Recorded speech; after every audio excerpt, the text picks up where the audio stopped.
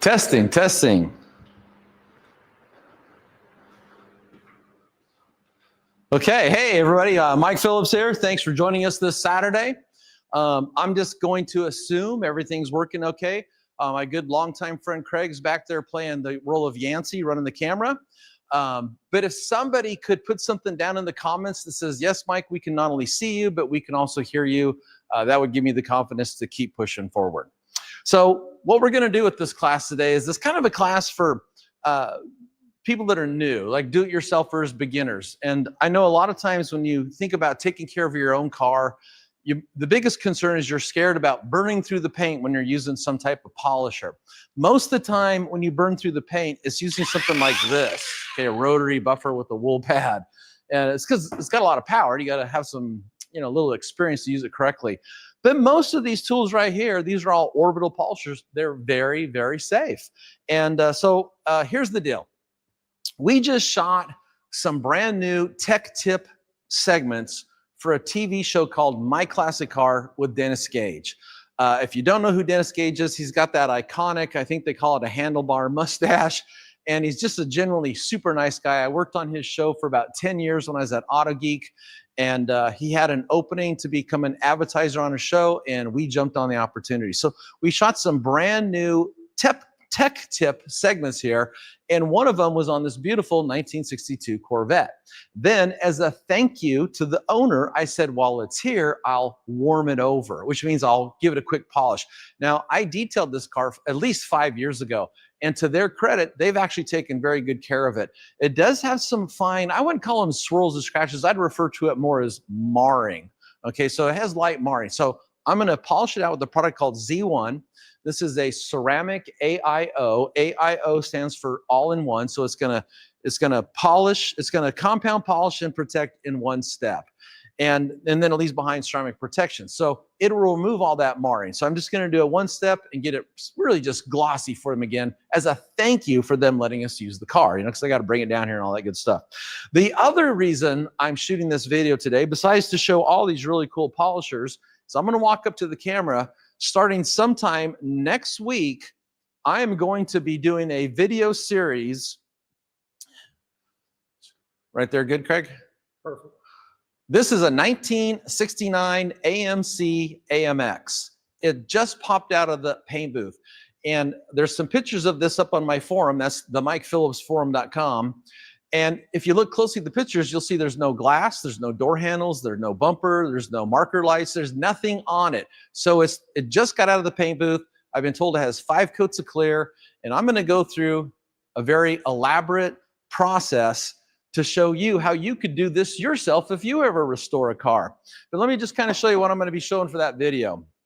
And this was kind of a trial run because I've got my Bluetooth on. And when I'm shooting that video series on how to sand, buff, and ceramic coat, I want people to be able to call in, just like you can call in today. Is my phone number showing up on the screen there? Yes, it is. Okay, yeah. So we've got a question as we go through this call. Anyway, for the AMX, I'm going to be showing how to hand wet sand, okay? And this is going to be using some sandpaper from Eagle Abrasives by Kovacs, 1500 grit. So I'm going to knock that peel down hard using 1500 grit. And then I'm going to show how to machine dry sand using Eagle Abrasives 2500 on a cordless DA sander. And then I'm also going to show how to damp sand using 3M Trizac. So in this one car detailing project, you're going to learn how to hand sand, machine dry sand, machine damp sand, use a rotary polisher to pull out 100% of your sanding marks,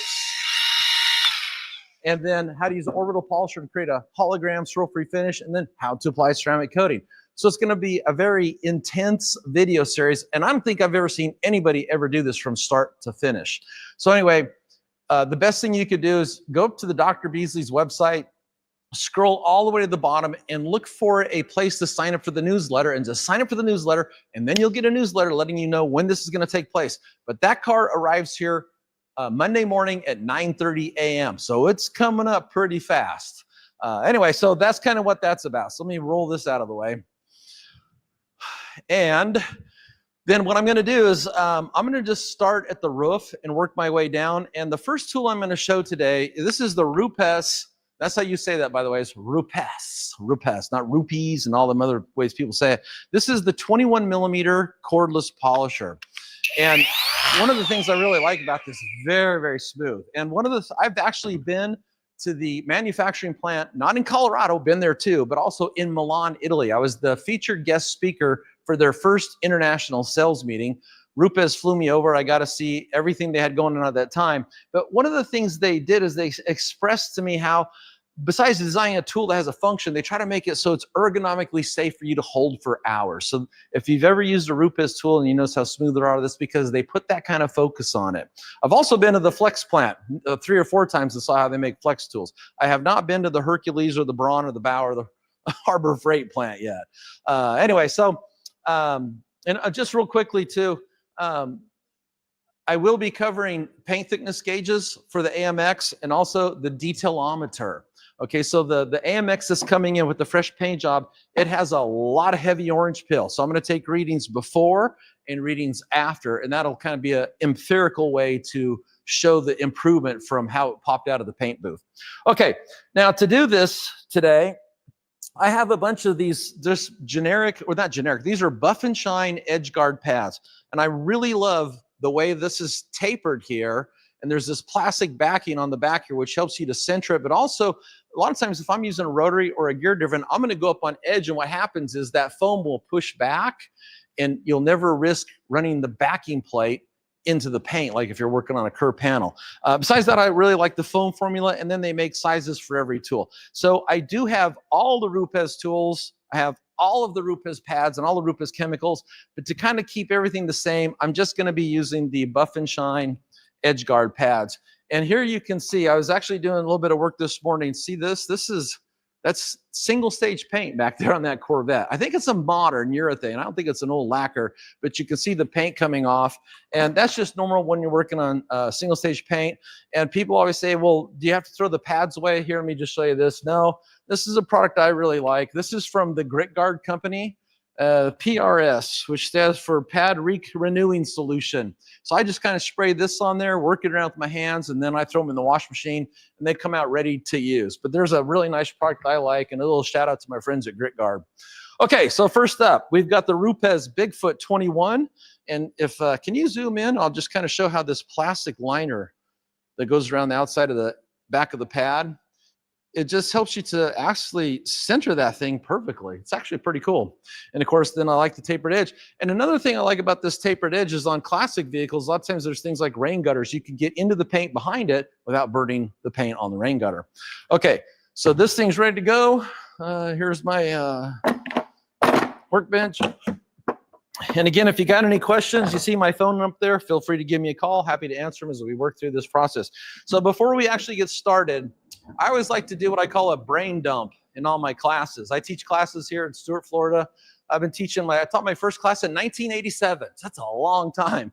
But whenever I'm working on these classic cars, here's a little tip. You can go up to Amazon. This is called Dorman, D-O-R-E-M-A-N. This is a Dorman windshield wiper removal tool.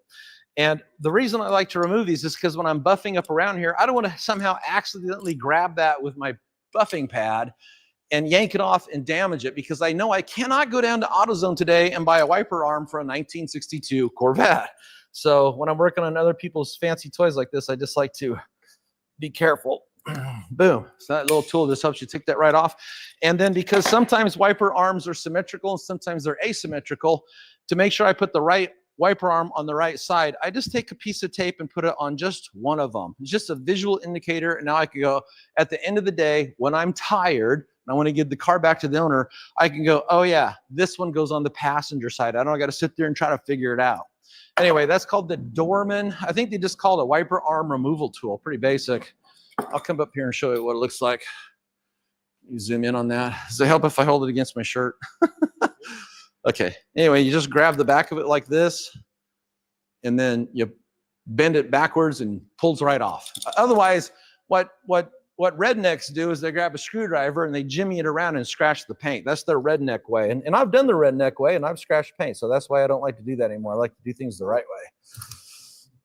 There's always time to do it right the second time, is what they say.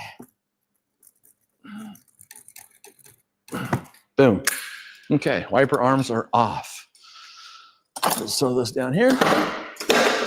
And it wouldn't really be a big problem with these types of polishers, but I tell you, you get around wiper arms with this guy, you got a problem. And real quickly, so I don't forget, there's a gentleman on Instagram that asked me about rotary polishers. I think it's Obsession Detailing.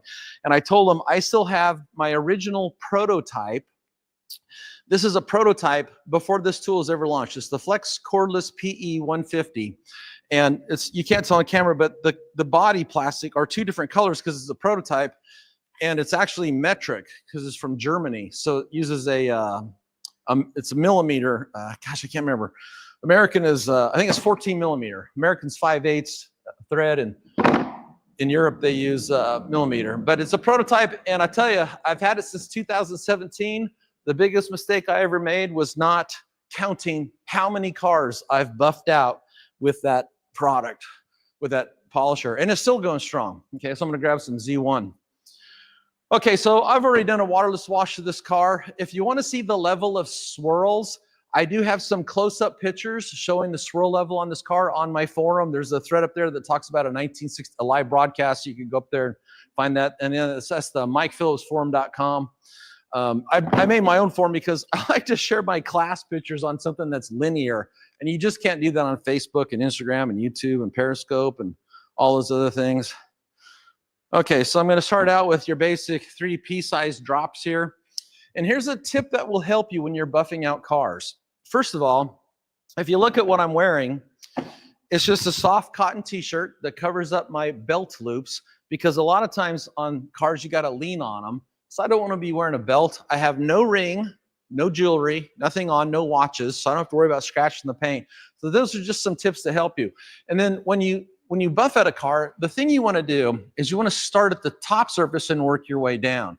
And when you start on a large horizontal panel, you never start on the portion of the panel that's close to you. You start in the center and work out. And it doesn't matter if you start at the beginning or the back, but just, you should have a best practice, but start somewhere and then work back. Then go to the middle, work back, go to the middle, work outward. And that's how you do it. And then real quickly, for anybody that's watching this, this is Dr. Beasley Z1. So this is an all-in-one, and that means it compounds, polishes, and protects in one step. And this is really a great product for a do-it-yourselfer, because you could polish your car out on a Saturday and easily in 2 to 3 hours, maybe 4 hours max, depends on if you washed it the day before or not. And then you can enjoy the rest of the day driving around in a shiny car. And I'm going to show you something about how safe this tool is. So I just recently taught a class with Jason Rose up at the American Muscle Car Museum. And first I'm just gonna kind of let that product migrate around the pad. I'm warming up the pad, I'm warming up the product, getting it to migrate around. You can see a little bit of red paint coming off there. But one of the things Rupes teaches with their tool is the best operating speed is 4. Okay, so I'm going to put this, now that I've warmed it up, and I'm going to put on 4. I'm going to make a series of crosshatch patterns. And then they say if you start to see pad stalling, then you can bump it up to the 5 or the 6 setting to kind of power through if you're working on a curved body panel and the pad stalls out. So that's just kind of a little tip from Rupes there. So anyway, I'm going to go ahead and start buffing right here. And usually you want to do something about, let me grab a microfiber towel. That was a mistake. Not having a towel over there. I got a whole bunch of towels. I got them all laid out, ready to go. Here's some. These are actually some towels I really like from Autofiber. They call them detailing and glass towels, but I like them for waxes, compounds, and polishes. But this is a 16 by 16 inch square towel, and that's a pretty good general size of surface area to tackle at one time. So you can put it here, you can put it here. In fact, basically half this hood would be 4 microfiber towels. So that's kind of a way to measure how big of an area to go. And then there's 2 ways to polish out a car and remember how many times you've went over that section. So again, when I was teaching the class with Jason Rose at Rupes, Jason, what he likes to teach is to count in seconds how many seconds you're buffing when you're doing your test spot. And then remember that. And if what you dialed in your test spot, say you buff for 20 seconds and it got the defects out, then you'll count out 20 seconds each time you do a section on the car. That way you're doing a uniform number of passes and spending a uniform amount of time. And then the idea being is you'll get a uniform appearance because you'll have equally removed all the swirls and scratches. But I don't like to count seconds. I'm sitting here going, 1 Mississippi, 2 Mississippi, 3 Mississippi. I can't do that every time I move around the car. So what I prefer to do is count section passes. And normally I've already done a test spot on here. Something like 6 section passes is pulling out the light marring. So let me show you what section passes are. I'm going to go in a crosshatch pattern. And each time I go over that section one time, that's 1 section pass. And here's another technique I teach in my classes and I practice myself, is I count my section passes out loud, at least when I'm by myself. Because that way I remember how many passes I've done. Because if you don't count them out loud, you'll forget where you're at. And then what happens is you'll do extra passes to make sure you did enough passes. And you'll add at least an hour of buffing time to your project. Okay, so just starting out here, my pad's already warmed up. I'm on the 4 setting. Nice slow action, crosshatch pattern. And I went over that section 1 time, so I would yell out 1. Now I'm overlapping by 50%, going a different direction, side to side. 2. Overlapping, going back and forth. 3.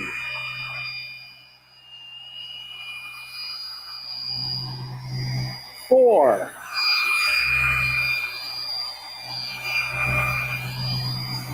5.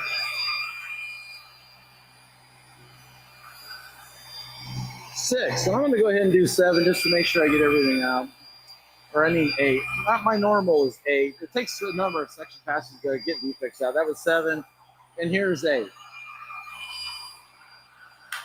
And a couple of things about this. A lot of times when you if you're new to polishing and you turn the polish on, you hear that high OPM, oscillations per minute, or high RPM, revolutions per minute. A lot of times you want to match your arm speed to that sound. But you got to practice a slow arm speed. Slow arm speed means how fast your arms are moving the polish. You want a slow arm speed. And just to show you how safe this tool is, watch this. Okay, can you zoom in on that? I am pushing down so hard I've stopped the pad from spinning. And yet I'm not bleeding, okay? So if you're worried about burning through the paint, it's gonna be pretty hard to do with any kind of random orbital polisher, as I just demonstrated. And I'll show you that with all the tools I would trust, and I'll show you the tools to never do that with. Okay, so then after you buff out a section, then you come back with your microfiber towel. These are always pre-inspected. I inspect my towels with tweezers as they come out of the dryer. So I don't have to, but I just want to tell you that it's important to inspect your towels. And the reason I like to tell people that is because we touch paint primarily 3 ways, unless you're a professional detailer. So we wash it with a wash mitt, we dry it with the drying towel, and we wipe it with microfiber towels. So we touch it 3 different ways: wash mitt, drying towel, microfiber towel. And in the same way that microfiber excels at pulling stuff off the car, like a spray detailer, or it's gentle and soft to the finish for washing with a microfiber towel, or using a microfiber drying towel, it's gentle to the paint. In the same way that it excels, though, at pulling stuff off the paint, it excels at trapping contaminants onto it. And if you have a car that's perfect, and in a couple of years you look at it and the sun is full of swirls of scratches, and you're going, how did that happen? Well, look at how you're touching it. And most of the time when I look at other people's collection of towels, drying towels and wiping towels, they're always contaminated. And then they rub that contaminant with the paint and they put a scratch in. So inspect your towels, keep them clean, have a process in place to keep your towels off the ground. I usually use like 5-gallon buckets that are clean, throw them in there, then they go to the washer, the dryer, to my inspection table, and then folding. Okay, so that section is done. Now I'm just gonna add 3 more pea-sized drops here. I'll knock out the back section. So I did this section first. Now I'm gonna move to the back and I'll overlap a little bit into the previous section. So first thing I like to do is spread my product out. Now that my pad's broke in, that doesn't count as a pass. That's just spreading the product out. Now I'm gonna start making my 8 section passes, overlapping by 50%. And if I started on myself, I would go 1, 2,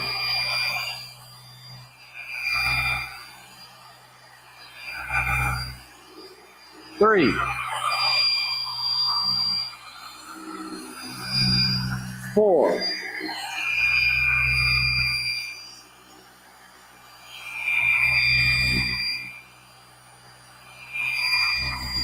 5,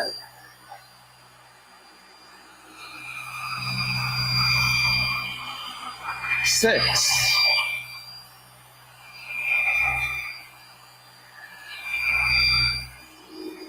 7. Here's my last section pass. Notice how I'm holding this cordless polisher. Once I turn it on and lock the power button, I place one hand up here to stabilize the tool and keep that pad flat to the surface. Then I support the weight of the battery with the other hand. I see a lot of guys that do this, and what happens is when you do that, instead of supporting the battery, so you're consciously thinking about it, you tend to tilt the polisher. Now only one section of the pad's actually hitting the paint. So make that a good practice. Learn how to use the power lock button, lock that thing into the speed setting you want, and then move your hand to the back and hold the battery. Now, when you go to use a microfiber towel, I'll share something. Like I said, I'm gonna do a brain dump. I love these towels. I think Rag Company sells them as a FTW for the windows. Auto Fiber sells them. They're stout. They got some girth to them, but they also got this satin edge sewn around the side. And people say, well, Mike, won't that satin edge scratch the paint? Well, when you use a towel, you fold it 4 ways. Look at this as your clamp, your thumb and your index finger. You clamp the edges, lay it down flat, spread your fingers out, and then bring them together to kind of grip that towel. And you hold the edges off the paint, so you're never rubbing the edges on there. So no, I don't put scratches in my towel because I use the towel the right way. I actually wrote an article that people will ask or mention to me in the course of doing things like going to Mobile Tech Expo or SEMA, and they say, you know, the funniest article, I have over 1,000 articles on Auto Geek Forum. The funniest article, Mike, I've ever read that you wrote is called How to Fold and Use a Microfiber Towel. And you can still find that article. If you type that into Google, add my name, it'll probably pull right up. And people, they think it's funny that I made such a simple article about how to fold and use a microfiber towel, but here's why. I wrote that article right after I got done polishing out a 1953 Corvette. And the owner was there with me to help me. And when we were all done, back then coatings were invented, so we put a carnauba wax on it. And after letting the wax kind of set up for 15 minutes, I handed him a clean, folded microfiber towel to go in there and wipe the wax off. And without even thinking about it, he just grabbed it, he scrunched it up, and started wiping the wax off. And I about had a cow. I'm going, oh my God, what are you doing? We just spent hours buffing this thing out. I went back over, I took his towel away, I folded it 4 ways, showed him how to clamp it, says, now wipe the wax. Oh yeah, it works pretty good. Okay, so that's why I wrote the articles, because, well, if this guy doesn't know how to wipe wax off his 1953 Corvette, and you would think a guy with a 53 Corvette is what you call a car guy. If he doesn't know, how many people don't know? So I wrote the article, and people say it's one of the funniest articles they've ever read that I wrote. I wrote another one that's kind of funny too. It's called Scratches Don't Exist. And technically scratches don't exist because a scratch is a void in the paint. There's nothing there. It's the paint around it that shows the scratch. Okay, so there's 3 pea-sized drops. And I did this section, I'm gonna go to the front, work this section out. Same thing, first thing I'm gonna do is just spread it out. This kind of maps out in my mind where I'm polishing. Now that I've got it spread out, I can see a layer of product there. You always want to see a visible film because that means you got 2 things there. You got lubrication and abrasive technology. You need both. Can't just have abrasives. That'd be like throwing sand on there, try to buff out a car with sand. And you can't just have the carrying agent solvents because nothing will get abraded. So you need both things, lubrication, and you want to see a film there. So now I'll make my normal 8 section passes, and I'll count them out loud. So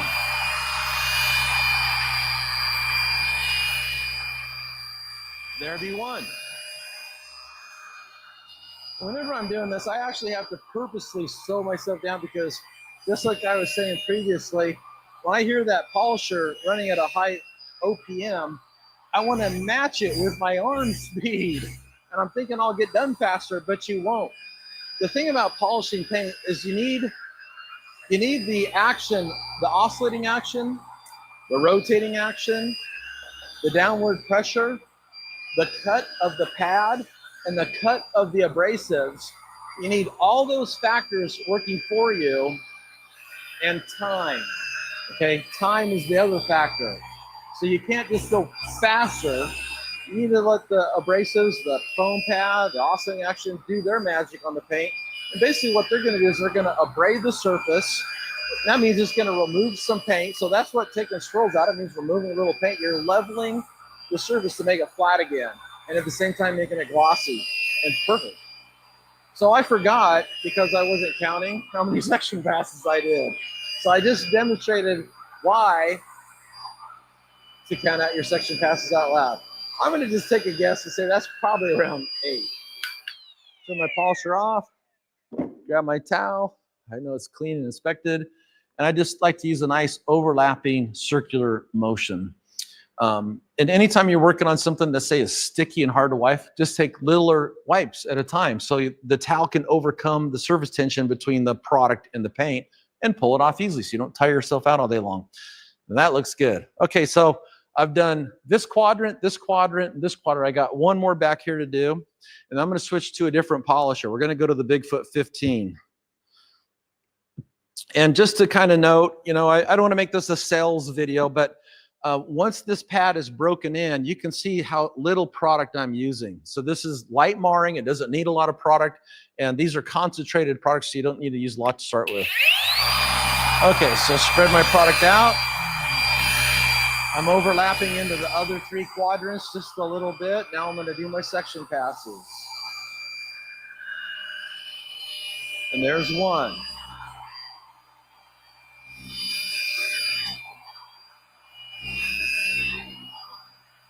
There's 2.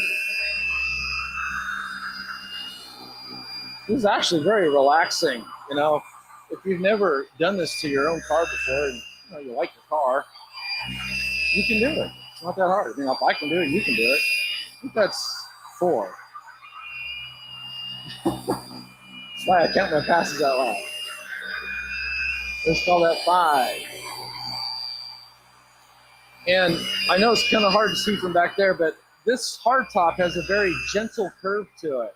So as I work the pad over the curve, I need to roll or twist the body of the tool to keep that pad flat.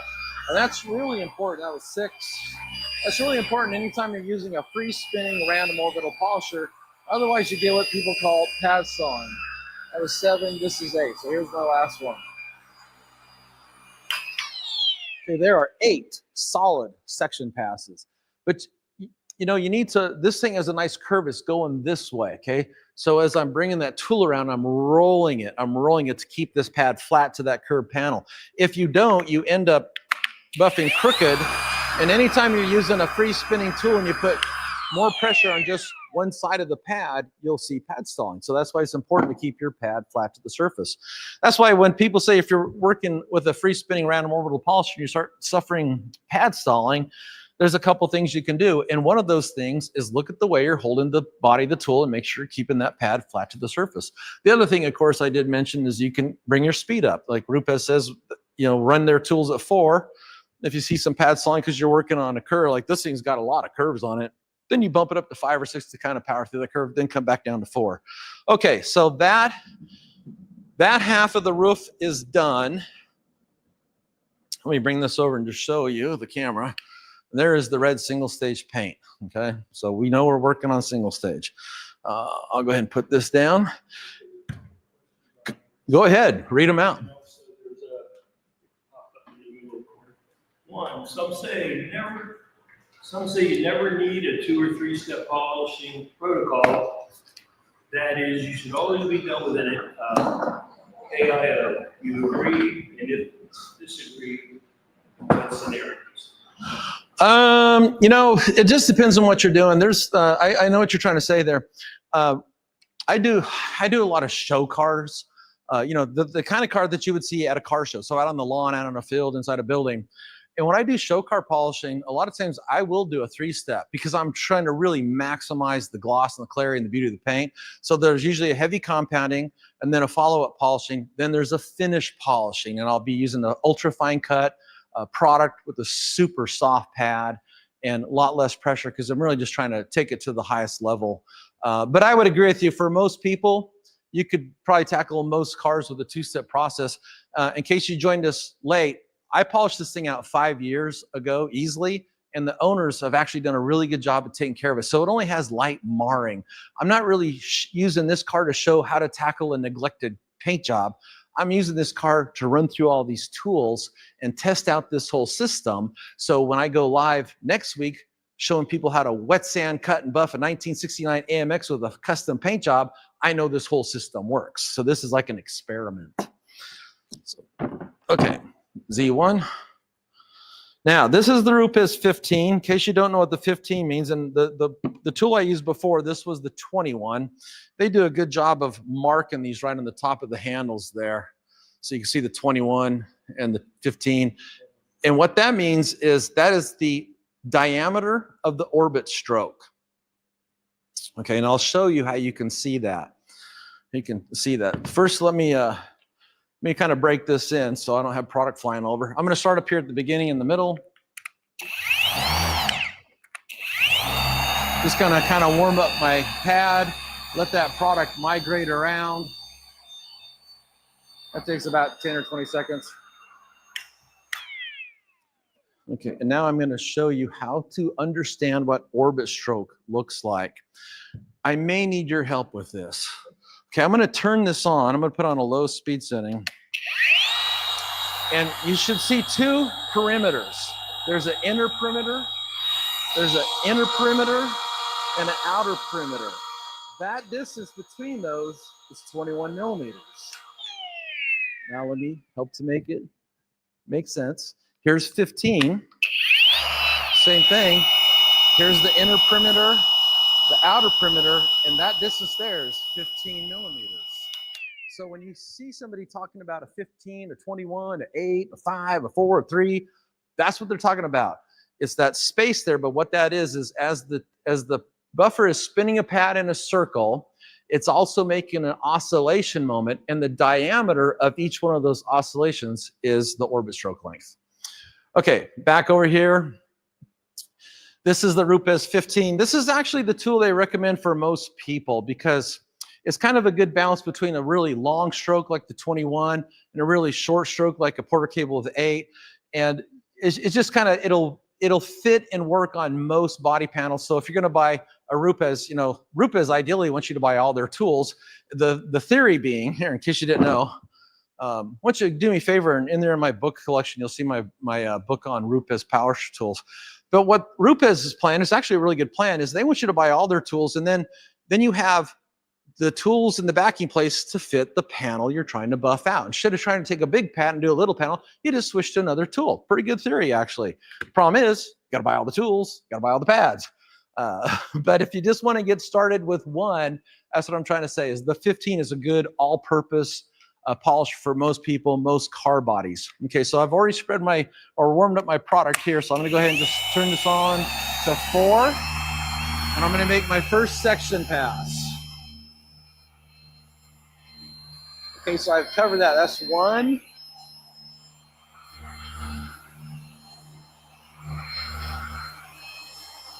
There's 2. Overlap by 50%. Nice slow arm speed. I'm overlapping into the previous section I did on the other side. That was 3. This is 4.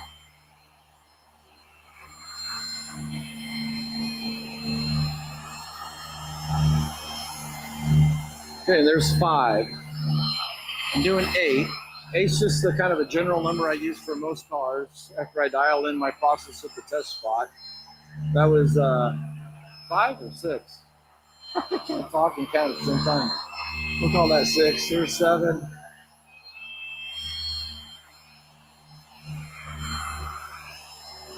And here's 8.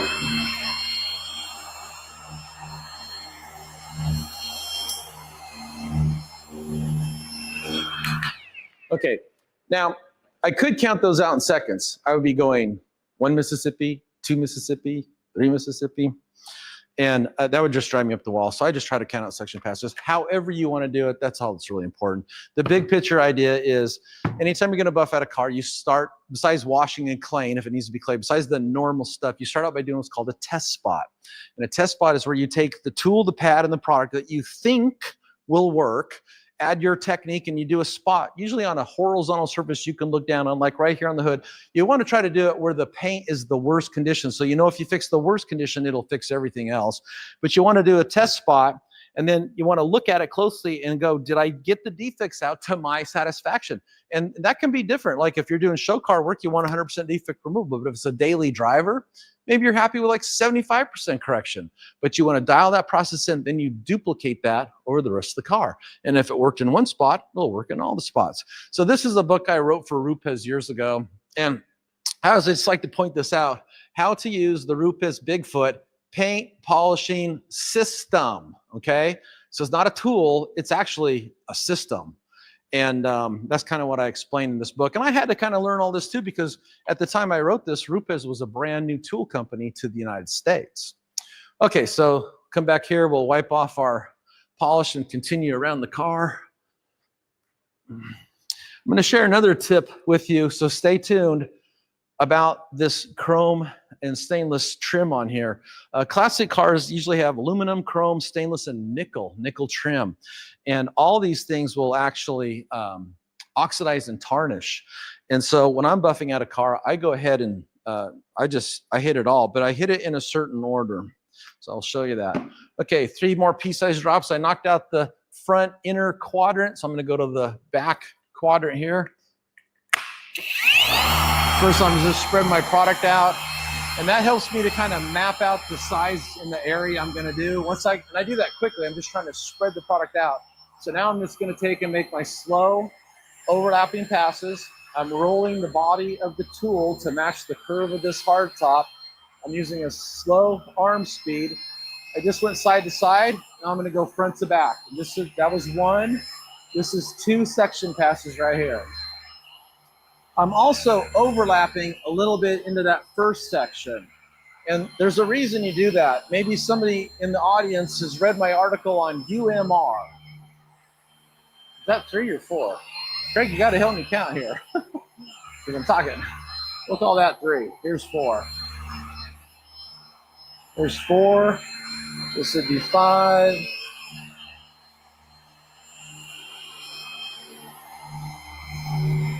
6.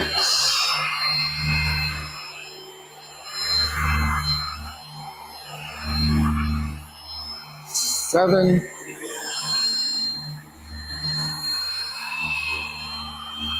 There's 8. And not only am I overlapping a little into this front section, I'm overlapping into the passenger side section. And the reason for that is what's called UMR. UMR stands for Uniform Material Removal. And the goal, if you're trying to create a swirl-free finish, the goal is to have everything look uniform. That means no swirls, not here, not here, not here, not here, not here, not anywhere. And the way you do that is by removing the same amount of paint over every square inch, or UMR, Uniform Material Removal. Okay, so I've done this section, this section, this section. Here's the last section on the roof with the Bigfoot 15. Oops. That was my pick. Okay, spread my product out. Now I think you'll be able to see me roll this tool a little better as I do this quadrant here. This would be my first section pass. So I'm overlapping into the back quadrant and the front quadrant. That was 1.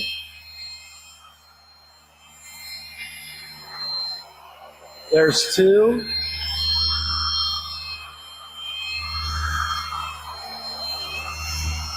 3.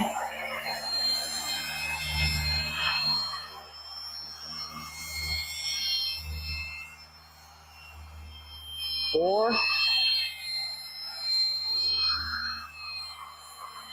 This tool is really smooth as far as the vibration goes. There's 5.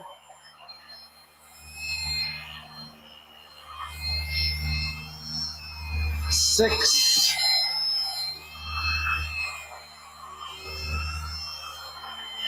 7. Here's my last one. And I always teach people on your last pass, bring your pressure up a little bit. I know there's some experts out there that say you should push down the same amount of pressure the entire time. I'm not that guy. And the reason why is because I teach that polishing paint is an art form. Some guys teach that it's a craft. It's a craft. Step 1, step 2, step 3. It's an art form. We bring the human elements of care and passion to the process. I care about what I'm doing. I'm passionate about making this thing look awesome. And there's a difference between that and just going through the motions. But, you know, however you want to do it. As I always like to tell people, however you get to shiny and it works for you, that's all that matters. You don't have to like my way, my products, my tool, my pads, my process. It's just about what you like. Okay, so the entire roof now has been de-swirled or de-micromarred. And if I was done with this pad, and I'm not, but I'm not going to use this tool anymore. I'm going to go on to the next tool. But right now, this is when I would tackle the trim.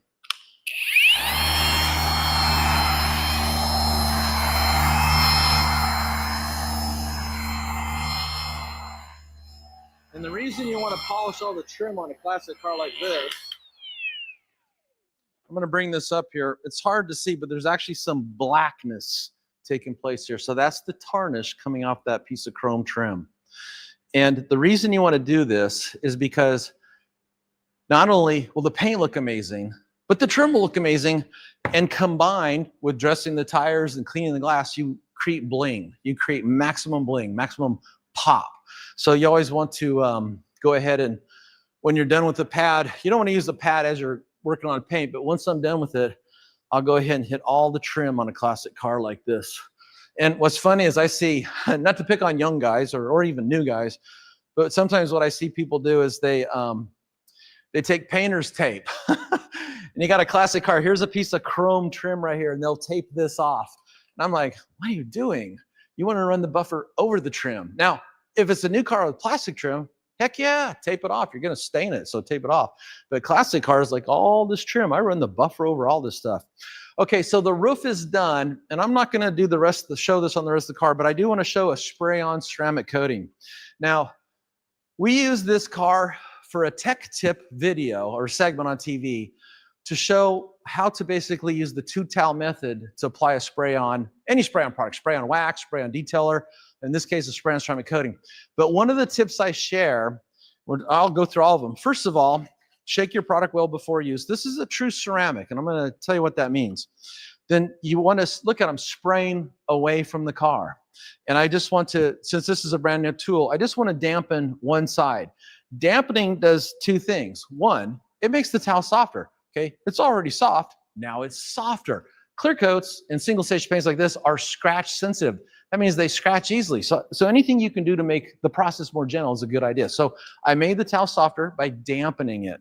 I sprayed away from the car. Now, why would I want to spray away from the car? Well, I'll tell you why. Because if you don't spray away from the car and you get some fine little droplets, like if I spray here, but some of it lands on the windshield or down there, when this stuff fully dries, it takes about 3 days, it won't wipe off. The only way to get it off is to polish it off. So it's just a good best practice to spray away from the car. Then after I spread this, grab my second towel, come back, wipe off any excess. And what I like about this is I can feel this tactically go very slippery.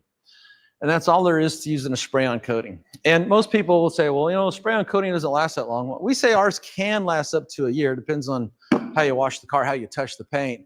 But the thing about a spray-on coating and a simple product like the Z1, you can knock your car out really fast, do it yourself, not have to pay a professional. And because it's easy to do, it's easy to use an all-in-one, it's easy to use a spray-on coating, that makes it easy to do it more often. And, you know, if you want your car to look like it was just detailed, then go detail it. Do things often. I have an old article that explains this, and it goes like this. Find something you like and use it often. There's two myths, and here's what that means. If you find something you like and use it often, obviously you like how it applies, and you like how it wipes off. So you like it. If you use it often, that's my first wipe, second towel, your car always looks like it's brand new. You know, what happens is we neglect our cars, we don't take care of them, and then, you know, time takes its toll and they age and become swirled and covered with road grime and traffic film. Okay, so the roof is done.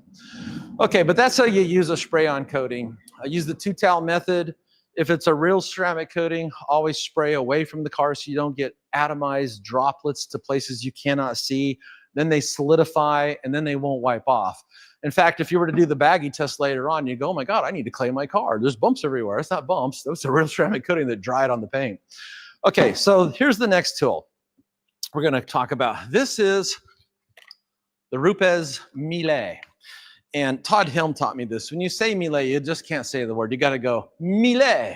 Okay, everybody do that with me. Mille. Okay, it's Italian. You got to interact with your words. But this is a 5mm gear-driven orbital. Yesterday, I was on a Facebook group somewhere, and they were talking about, it was actually the Flex Beast. They were talking about it, and everybody in the discussion was calling it a forced rotation. So I chimed in and said, no, a rotary is forced rotation, one action, rotation, forced gear-driven rotation. The Mille is forced rotation and forced oscillation, 2 actions.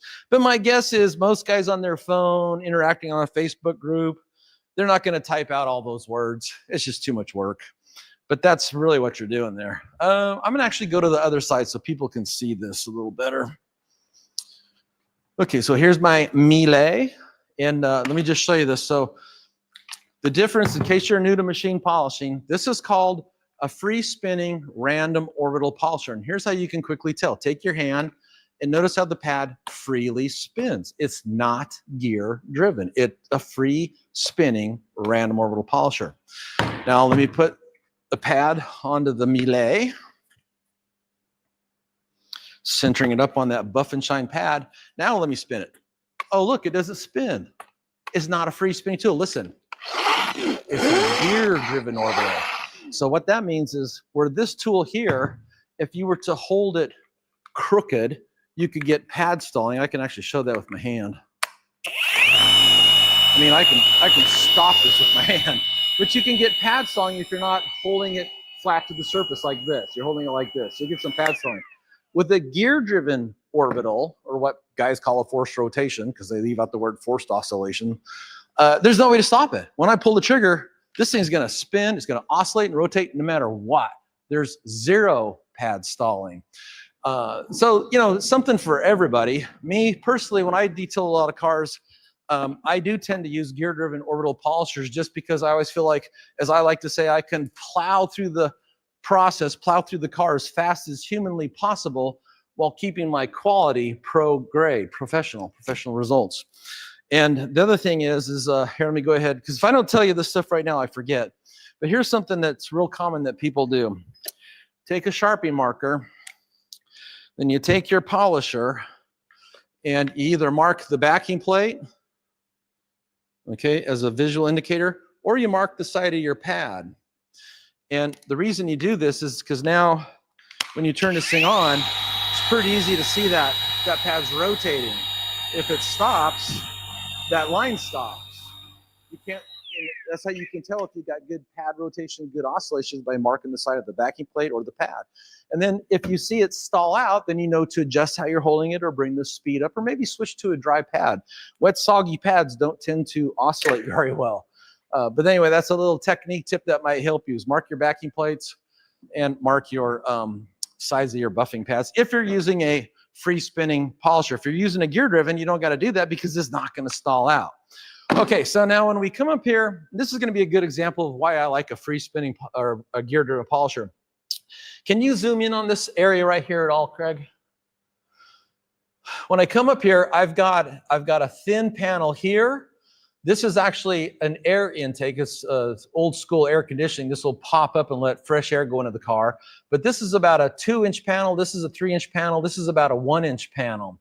And technically, you're not supposed to buff on edges, okay? Because you might burn through. You're not going to burn through with these, but I'm just explaining that that's why most people don't put a big pad on thin panels, because it's a good best practice. You don't buff on edges.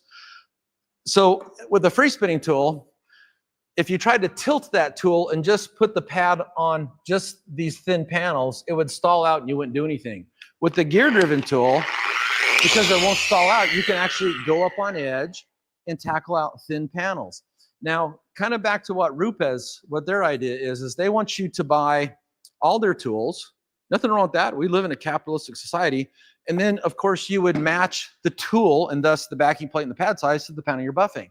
What I like to do is I like to get everything done with the tool that's already in my hand. I don't want to set it down, go get another tool to get this panel. I just want to take what's in my hand and buff out the panel. And with a gear-driven tool, you can go up on edge, and I will try to show you that. First, let me break this in a little bit.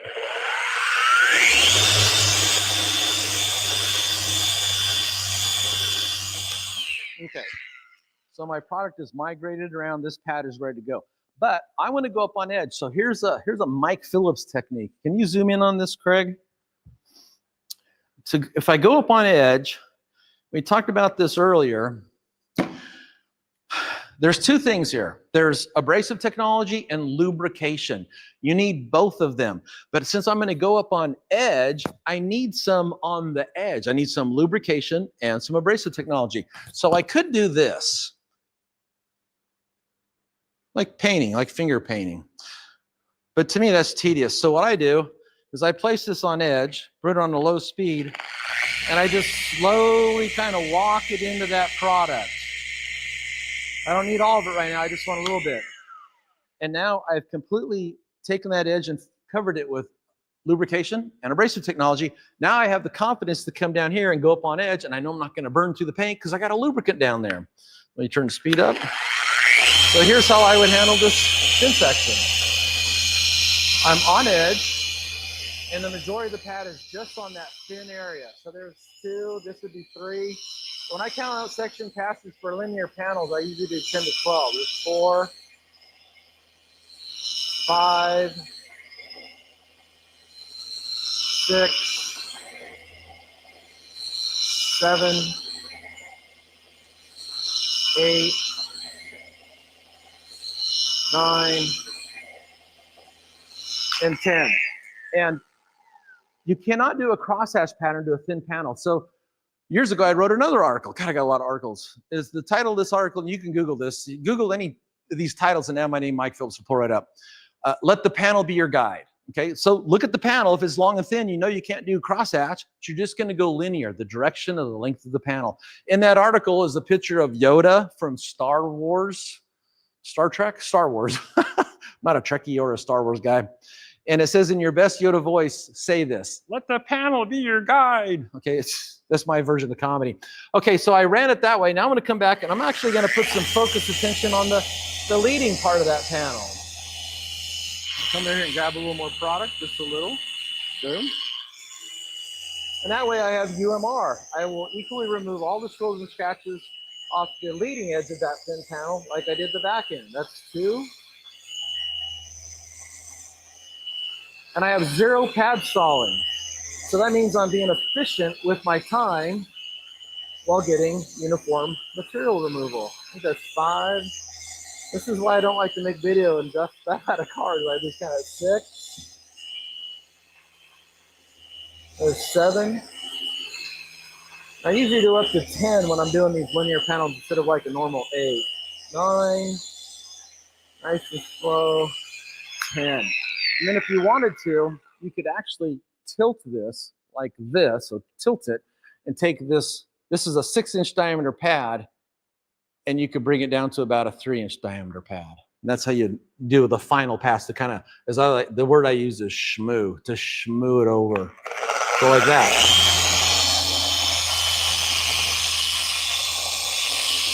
Okay. And just for fun, I'll put this on the one. Let's see what this will do.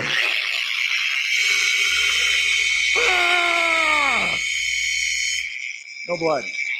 So again, if you're new to machine polishing, the Rupes Mille is a gear-driven 5mm orbital polisher. Very safe. You're not going to burn through the edges.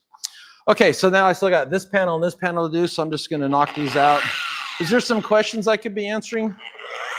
Craig? 1, 2,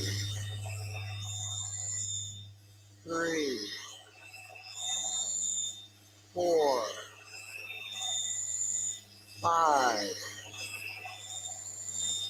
6, 7, 8. Now I'll get the back side. 1, 2, 3, 4, 5, 6, 7, 8, 9. There's 10. Now I'm going to tilt it, and I'm just going to be putting this portion of the pad right down the center of that to smooth over.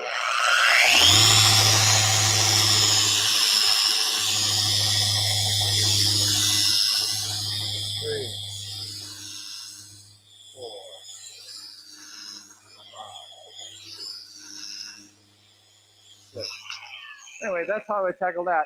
And earlier when we started this video, I talked about why I like the edge guard pad. It's because they've got this tapered cutout here. So what happens when I go up on edge is this bends backwards instead of mushrooming in where this hard plastic could hit. So it bends backwards. A cylindrical pad will tend to twist in.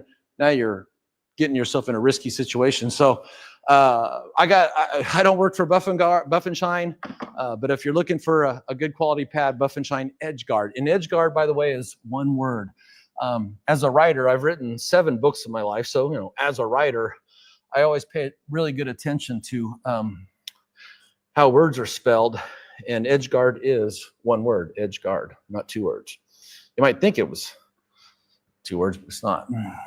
I also do little things like this when I write. Like if you ever look like Rupes is all capital, it's all capital letters. I see guys type this out all the time. Capital R, lowercase UPS.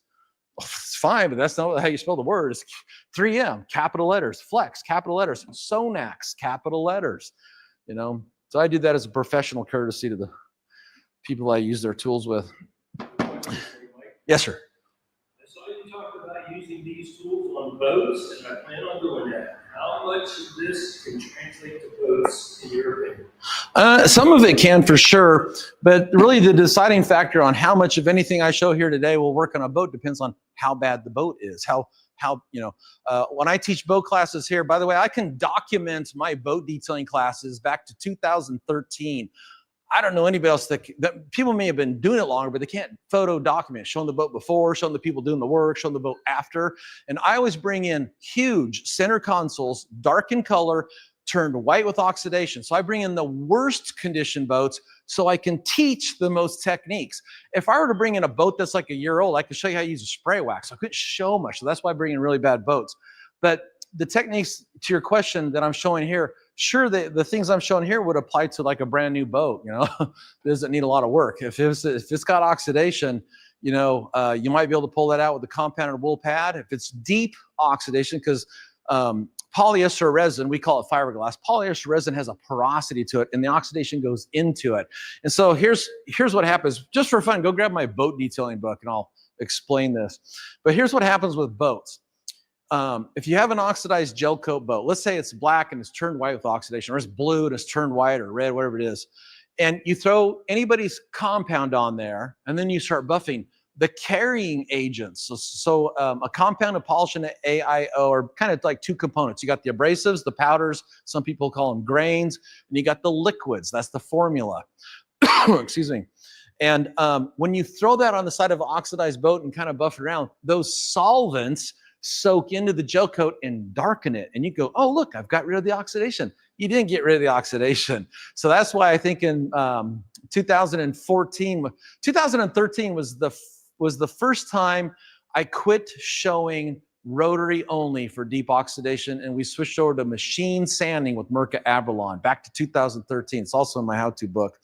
But the reason why is because if you're just going to compound and buff, you think you got rid of the oxidation, and then you come back 3 or 4 weeks later and all the oxidation is still there because you did not remove it. So here's something I wrote. Let's see, the year is, what year?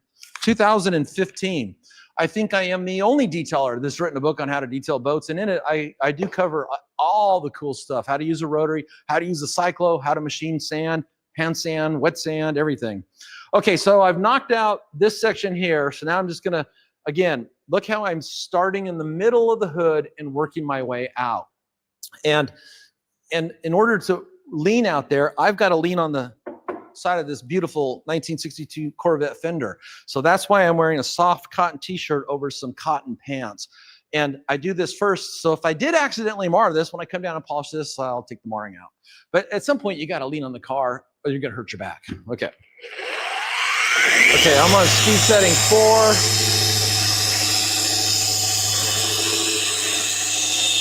There's 1.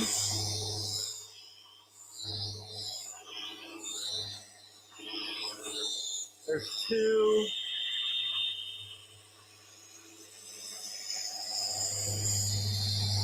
3.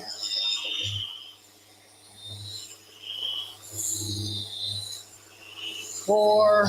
Let me try Mississippi. 1 Mississippi, 2 Mississippi, 3 Mississippi, 5, 4 Mississippi, 5 Mississippi, 6 Mississippi, 7 Mississippi, 8 Mississippi. Actually, I can't do that. I cannot count out seconds. That's 6, 5. I messed up. We call that 6. There's 7.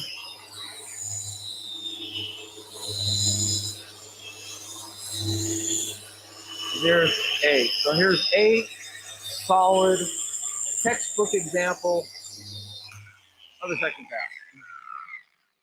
pass.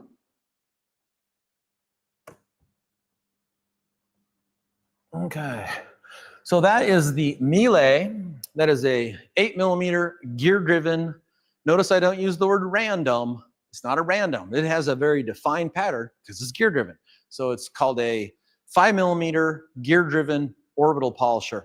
If this was a free spinning, then we would call it, for example, a 15mm free spinning random orbital. You add the word random in there because it's random. It might make a perfect orbit sometimes, but it might not because the spindle is not gear-driven. The orbiting mechanism is gear-driven, but the spindle is still free spinning.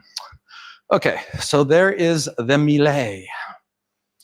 And just for whatever it's worth, to be honest, I don't know if they make a larger backing plate for this. It comes with basically a 5-inch backing plate, so it fits these 6-inch. They call this a 5-inch pad, but that's because the back is. But Buff and Shine does something that other companies don't do. They tell you that this is called a 5-inch because the diameter of the back is 5-inch, but the diameter of the front is 6-inch. So anyway. Most pads, they measure them by the diameter of the face of the pad. But this is a 5-inch backing plate, so it fits right in there. But when I'm using this tool, I actually go ahead and bump up. This is another Buff and Shine pad.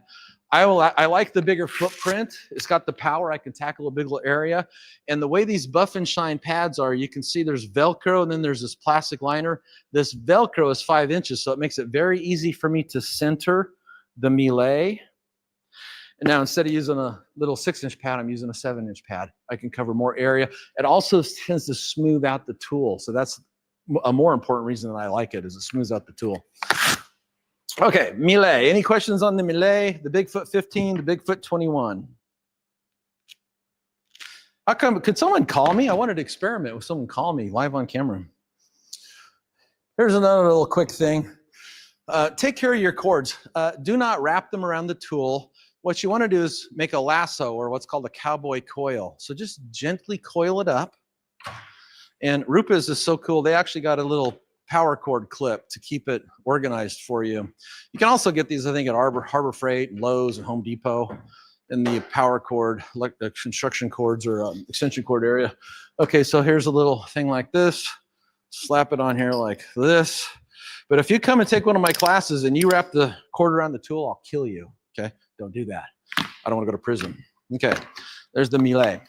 Okay, now this is one of my favorite tools. This is the Rupes Nano. It's the long neck with the 3-inch extension. I've got the Rupes yellow foam polishing pad. I actually want the white. Let's see. A question about single stage paint, Mike? Sure, yeah. You go ahead with the number 7 rub down on the single stage paint that isn't oxidized, just to kind of add oils back to the paint. That's a good question. So what this person is asking about is, for decades now, I've been teaching people how to restore original and antique. Because you can have something that's original but it might not be antique. It might only be 20 years old instead of 100 years old. But I've worked on really old cars before, and old single stage paints, they tend to dry out. And back in the early 1900s, Meguiar's introduced a product called number 7. Back then it was called sealer reseal glaze, okay? Then later on, they changed it to how people use it. They called it show car glaze because a lot of guys back in the 50s and 60s it's an oil. They wipe the car down. It makes it very oily, very shiny. It's water soluble, so it's not a wax. It won't last. But one of the things that that product has is it has an oil, and the head chemist of Meguiar's, he would not tell me what the oil was from. He did tell me where it was from, but not the plant it came from. But it's a plant oil. And the reason they put that product in there is because it brings out the richness of color in the pigments. So if you ever look at old single stage paint that's faded, the pigments have faded. That's what's faded. You put this oil, it kind of brings it back to life. But it also kind of, like putting moisturizer on dry skin, it kind of makes the paint more workable or more polishable. So I have multiple articles and videos that show how to do what's called the number 7 rub down. And you take an old, right behind you down there is some terry cloth towels. Right, pull that cupboard open. I'll show this real quick. I don't have any number 7 here. Yeah, it's on the right-hand side, very bottom shelf. But what you normally want to do is you want to just go, like I go to Walmart and buy these little washcloths. It's terry cloth. It's cotton. Okay, and then you take and you pour an exuberant amount of number 7 on here, and you start rubbing that paint down. And the goal is to push it and rub it into the paint. And also you're going to leave a thick layer on there that can soak in overnight. And it'll soak in. One of my articles shows how that works. And the other thing is terry cloth has what's called a loop. It has a little loop of fiber. It's called the nap. And it's a gentle form of abrasive. So as you're rubbing the 7 over old oxidized paint, not only are you gorging it with that plant oil, whatever it might be, but you are also gently abrading and exfoliating some of that dead paint as you're doing it from the terry cloth loop there. So that's how you use the number 7. And I recently had someone in Australia, of all places, send me some pictures of some kind of car they were restoring from the 60s, and the paint it just looked hammered. So what I told them, what you do when you have paint, before you rub out the entire car and waste your time and muscle and product, is just do a section and then let it like 2 weeks go by. And if you can't, put it out in the sun and make sure that the paint doesn't just fade back to how it was. At some point, the pigments in old single stage paint become unstable. That's the word, is unstable. I think if you go to Google and type in the word paint condition categories, the word unstable, and Mike Phillips, you'll pull up my list of different paint condition categories. And I think like number 9 or number 10 is unstable. And what that means is no matter how much you rub on that paint, old single stage paint, it ain't coming back to life. It may look like it in your garage. You pull it out in the sun and it just fades back to how it was. So before you do a whole car, test it first. Make sure it's going to come back and stay back. And then if it does, then do the whole car. If not, you'll have saved your time, labor, money, towels, and product. Okay, so here's the Rupes Nano, a little cordless battery operated. They actually have a 110 adapter that'll go in there if you want to plug it into the wall, but it's so convenient to use with the battery there. And I love the extension because it helps me to get into tight areas. So if we walk over here, I'll show you where you could use this. This would be another place where if you only owned one tool, I showed how to go up on edge. But if you want to buy more tools, this 1-inch pad fits perfectly in here. And you can pretty much almost get this thinner pad. You will be on an edge, so you might want to just tilt it like that. I got some product right here. But one thing I'd caution you, this is a rotary. And all you seasoned detailing experts knows what happens when you use a rotary. Centrifugal force kicks in and product wants to fly out everywhere. So make sure you just use a small amount of product to start with. But the control that you have with this, Jason Rose always calls this edge work. So I'm doing my edge work, but this is actually just a thin linear panel. And rotary is a much more aggressive abrading action. So you typically would have to do less passes, but you also got to be very careful around edges. You can see the red paint coming off there. And then rotaries always tend to leave what's called a hologram. Now, a hologram technically is a scratch. It's a scratch pattern that mimics the way you moved a rotary polisher over the paint. And this is kind of a topic of controversy because there's a lot of guys out there that say they can buff out any car, any kind of paint with only one tool of rotary, and it's always going to be hologram free. So here's what I've seen in my 40 years of the detailing world. I hear guys say this. I never see them prove it. Okay. And when they do prove it, they're working on a white car. Okay. Here's how you prove it. You show me your stuff on black paint, you chemically strip it and pull it out at noon when the sun's directly overhead, and then let's see if that thing's hologram free. What I tell people is I've done complete rotary buff outs on cars. I've documented them and showed that they're swirl free. So I think it can be done. But here's my opinion and experience. Not all paint is as polishable as other paints. So some paints I think you could finish out with just the rotary. But some paints, I think you're going to need to get to a dual action polisher, or you're going to see a pattern there. So that's just my take. But my other opinion on that is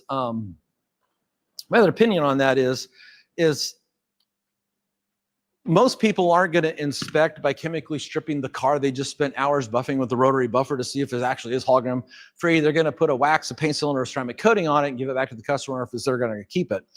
And so you don't actually know if you had a hologram free finish. So if you did this for a customer, 4 years go by and maybe they never did a lick of maintenance, they just washed it, and whatever was on there washes off and the holograms show up, ruins your reputation.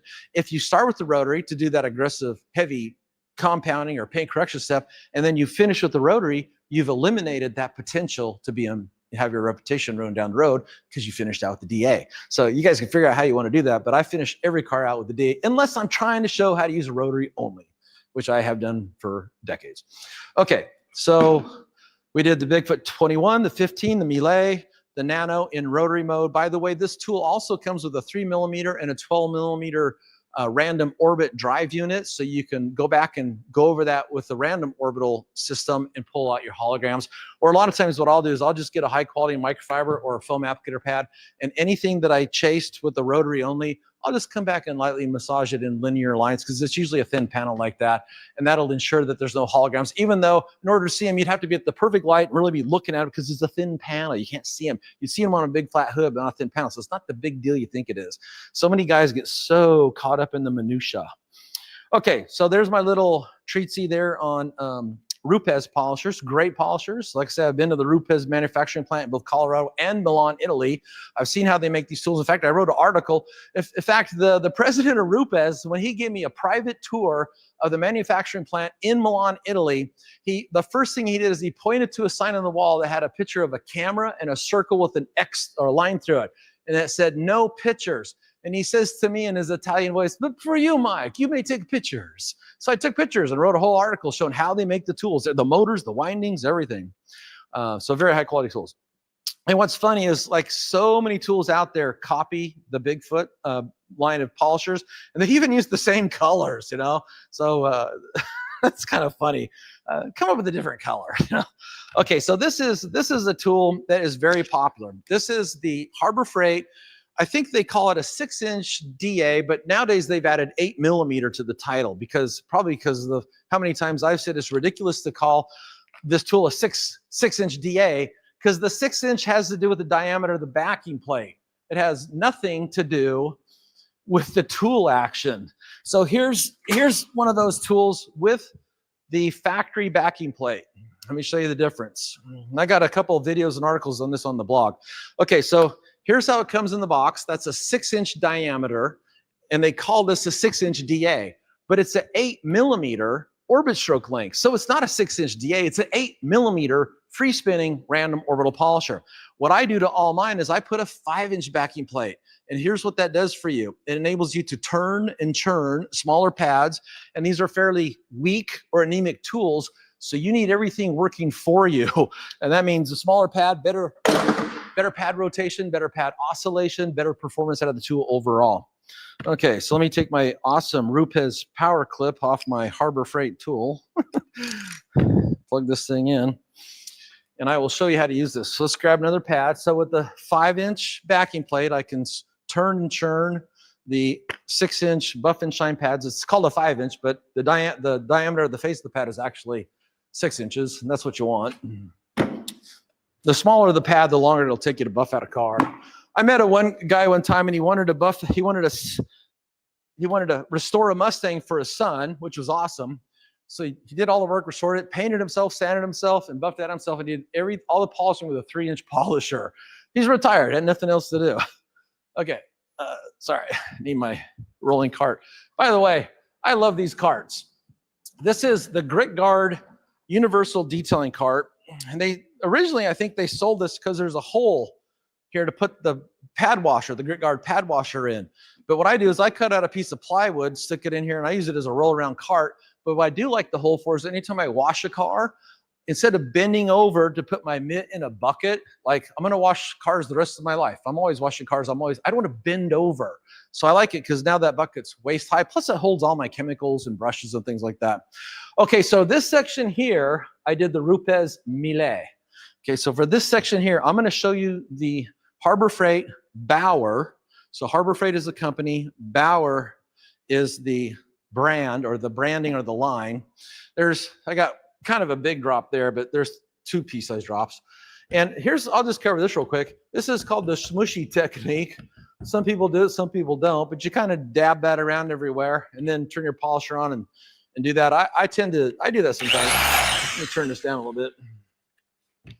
The first thing you want to do is just at a low speed, like there's speed 2, just spread that product out and map out for your mind and your eyes to see what that section's gonna be. And when you're using weaker tools like this, generally speaking, you got to work smaller areas. Okay, so I spread my product out. The abrasive technology and the lubrication have migrated over the face of the pad. I'm going to bump this all the way up to the 6, and then I'm going to just count out 8 normal section passes using a crosshatch pattern. And I'm going to overlap a little bit into the area that I did the Millet. But here is a $65 tool at Harbor Freight you could get the job done. You could buff out any car with this. It might take a little longer than more powerful tools, but if you're just a weekend warrior, it's your first time, this is a great way to kind of dip your toes in the water. Okay. 1,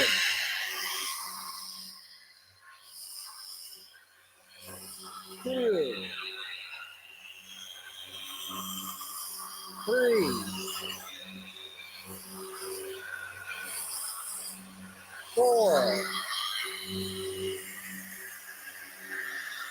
5,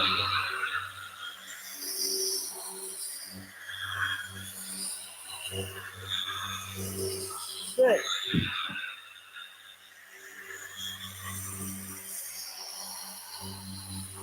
7. Here's 8. And for the last pass, sometimes I will bring my speed down just a little bit, but I'm going to bring my pressure up. Remember, polishing paints an art form, not a craft. Oh, light pressure.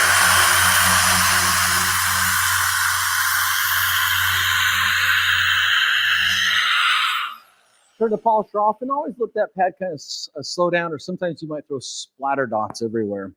You can see I'm mostly working on white paint, but you see a little red coming off there. Get rid of my boat detailing book. Ugh. Okay, so that is the Harbor Freight, what they call a 6-inch or 8mm DA. By the way, the Harbor Freight 6-inch DA is a copy of the original. Does anybody know what the original is? Craig? The Porter cable. So many tools are copies of the Porter cable. Of course, everybody's jumped on the long stroke bandwagon. So it's getting harder to find short stroke, but I'm a big fan of short stroke polishers. And I'll tell you why. I think I included this in my Rupes how-to book. But anytime you're using a free spinning DA, so remember free spinning, okay? The outer edge of the pad has leverage over the drive spindle. And how this shows up is pad stalling. And so if like over here, I've got a concave curve right here. If I were to put this tool right there, there's an air gap in the center because it's not touching any paint. It's only touching paint here and here. And that's enough to stall this pad out. Okay, so that's what happens. The outer edge of the pad has leverage over the rotating spindle.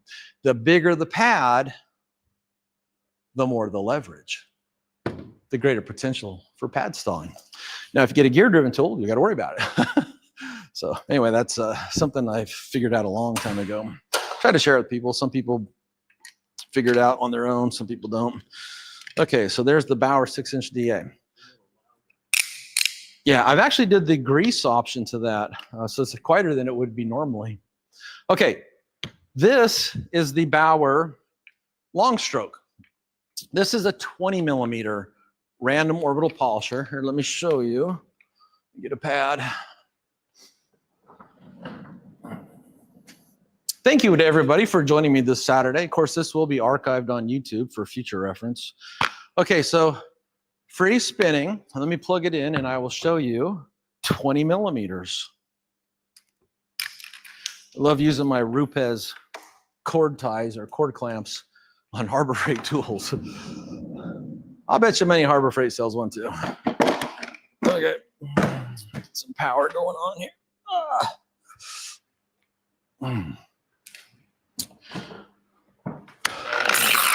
Okay, so here's Rupes. This is their 21. Remember we talked about the two different perimeters, outer perimeter, inner perimeter. That's 21 millimeters.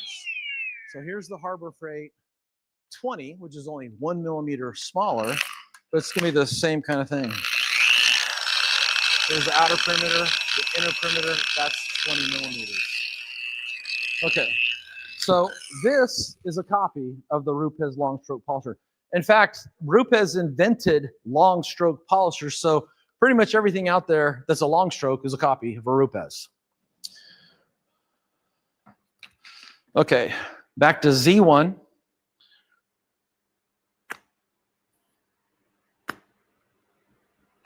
Just 3 pea-sized drops. That's a dime-sized drop. Now I did the back section with the Millet, this section with a Harbor Freight 6-inch DA, so I need to still tackle this.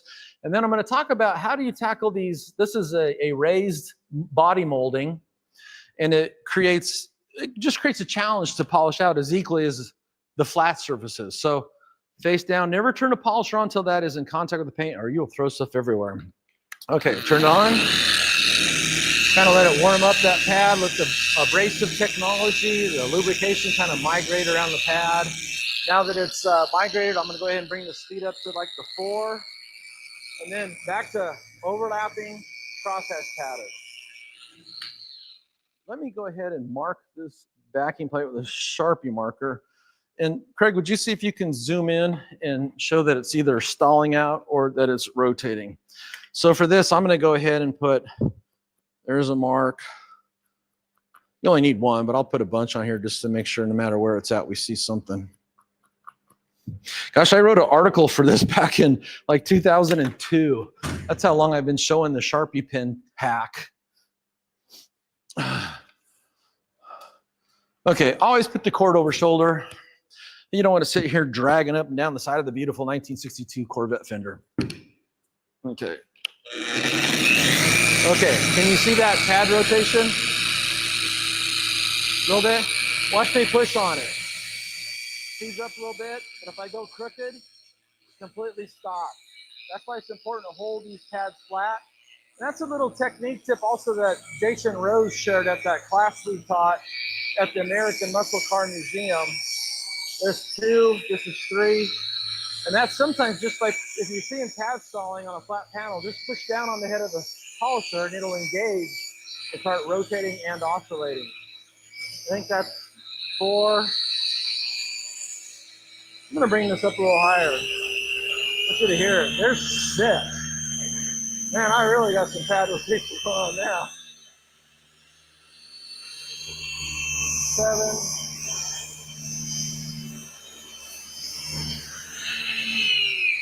Back down for the last 2 passes, by pressure.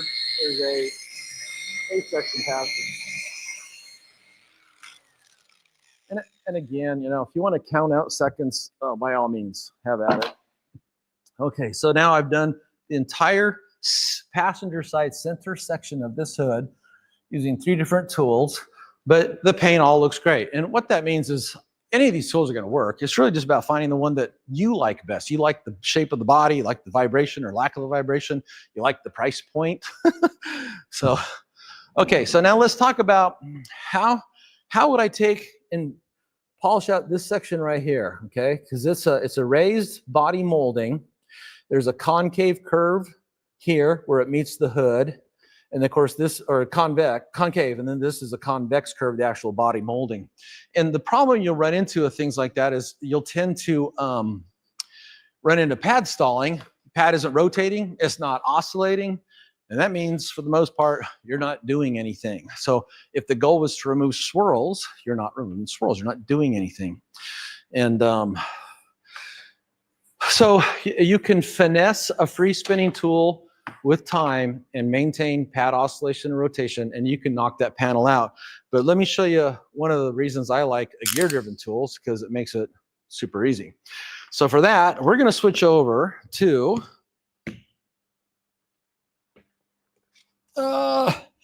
these books are all very rare now. They're all out of print. This is the Harbor Freight. That's the company. The brand, or the branding, is Hercules. And this is an exact copy of the Flex XC3401 VRG. Can you go grab my Flex book? Okay, so the Flex XC3401 VRG, that's a whole lot of letters and numbers. And so when I first wrote this book for Flex, I don't like calling tools by their part numbers. I think it's ridiculous. I've got the Makita PO5000C here. I will guarantee you I'm the only one on earth that ever calls this by its name, the Makita PO5000C. Okay, I did the prototype testing for this. Craig, you were there. We had 30 people there buffing out a 1944. We all had to sign a disclosure. There was 2 engineers from Japan that worked for Makita, seeing how we like this tool in this big old 1944 panel delivery street rod. And what does that have to do with anything? Flex, copy, gear driven. I forgot where it's going with that. I'll remember though. So when I wrote this book though, one of the things anytime you write a book is usually you have to have like a ditty, something you sign. Like Barry McGuire always says, stay car crazy. Dennis Gage says, happy motoring. So the first time I signed this book, I was like, what am I gonna write? What am I gonna write? Whatever it is, I'm gonna write it every single time I sign a book. So I wrote, the Flex 3401 is a beast, okay? It's a beast. It's got a ton of power. You know, and then it says, Master of the Beast, Mike Phillips. Anyway, that's where the name came from. So I don't like to call things by their part number, the XC3401 VRG. So I give it a nickname. I named this, I named the Cordless, I named the Super Beast. This is the updated version of the original Beast, because they discontinued the Beast. You can still get them here in America, but they've discontinued them worldwide. And they went to this new tool body, this new chassis style that's uniform across all their tools. So they're only going to make one set of tooling. So it kind of makes sense. But what Harbor Freight did, and back to this. So I told Makita, if you bring this out, give it a cool name. Don't make people call it the PO5000C, because no one's going to do that. Call it the Hawk, or the, what's a good, cool Falcon? The Falcon, everybody wants a Falcon. But this is a direct copy of the XC3401. In fact, if you pull this backing plate, you can put a Flex backing plate. You'll see there's a felt ring. I have a full review and video up on the Dr. Beasley's blog that shows this. I buffed out a 1959 black Rolls-Royce Silver Cloud that was hammered using this tool. I cut with the rotary first, but I finished out with this. But anyway, so this is gear driven. So listen, here are the gears. And if I put a pad on here, and I will grab a pad and put one on here. Any more questions there? None. That's always a good sign. It means you're doing things right. Okay. Okay, so again, let me just use a Harbor Freight as an example. Here's the Harbor Freight. This is a 20 millimeter free spinning, so I can take my hand and that's how, if you're walking through a store or you're at some guy's shop and you don't know what the tool is, just see if you can spin the pad freely. If you can, it's a free spinning random orbital polisher. So here's the Hercules. They call it a forced rotation. See, they don't even get it. It's forced rotation, forced oscillation. 2 actions, not 1. But I can't spin it, okay? It's gear driven. Now let me show you why I like a gear-driven polisher. It kind of goes back to my philosophy. Instead of stopping what I'm doing and grabbing a different size tool, which would then have a different size backing plate and then therefore a different size pad, so I can match the pad to the size of the panel, I want to take the tool that's in my hand and make it do what I need it to do so I can keep working and buff around the car. I always tell people it takes a long time to detail a car, not something like this, but something in really bad shape. If you figure washing wheels and tires, you got an hour. Washing the car body, another hour. 2 hours in washing it, then you dry it, you check it, it needs to be clayed, you clay it. Now you're going to compound, you're going to polish it, you're going to put a wax, a sealant, or a coating on it. You're talking about an all-day process. If every time I get to a different size panel or a complicated panel to buff, I got to stop and get a different tool, that's just more time. If I can just take the tool that's already in my hand and make it do what I want it to do, I save a lot of time. So that's my philosophy. Okay, I've got some product left over here, so I'm just going to kind of grab that. But I am going to go up on edge, so I'm going to show you that little technique again. Can you zoom in down here? So I'm going to put a little strip of product here. Okay, don't need a lot, just a little. And I want to get it on this edge because I'm going to go up on edge and I want to make sure this foam is lubricated and has abrasive, so when it's on edge, it's removing this rolls of scratches. So I could do this. That works. It'll take a long time. Instead, I like to do this. I just kind of walk it in real slow. See, I'm at an angle. And now this edge is completely lubricated and has abrasive technology on it. And I've got enough. I don't really need to add anymore. So now I need to buff out this panel. So here's how I would do that. First, I'm going to turn my speed down to about 4. And then just I'm feeling how that pad is making contact with this angled portion and the flat portion. I can feel when the tip of this is hitting that. So now I can just kind of bring this down. Maybe at 5. And I can buff out the whole side of this raised body molding without any pad stalling. That's 3, 4, 5, 6, 7. And remember how many times I do a linear panel? 8. 8 is for a crosshatch. Usually 10 to 12 for a linear panel. 9, 10. Now I've used up all that product, so I'm just going to do this again. So I want to hit the back side.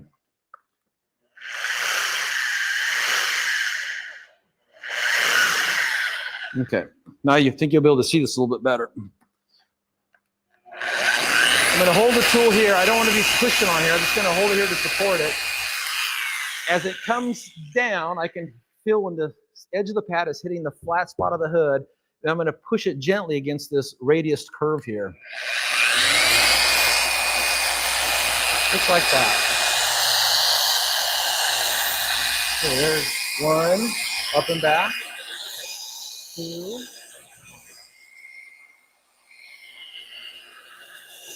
3. 4, 5, 6, 7, 8, 9,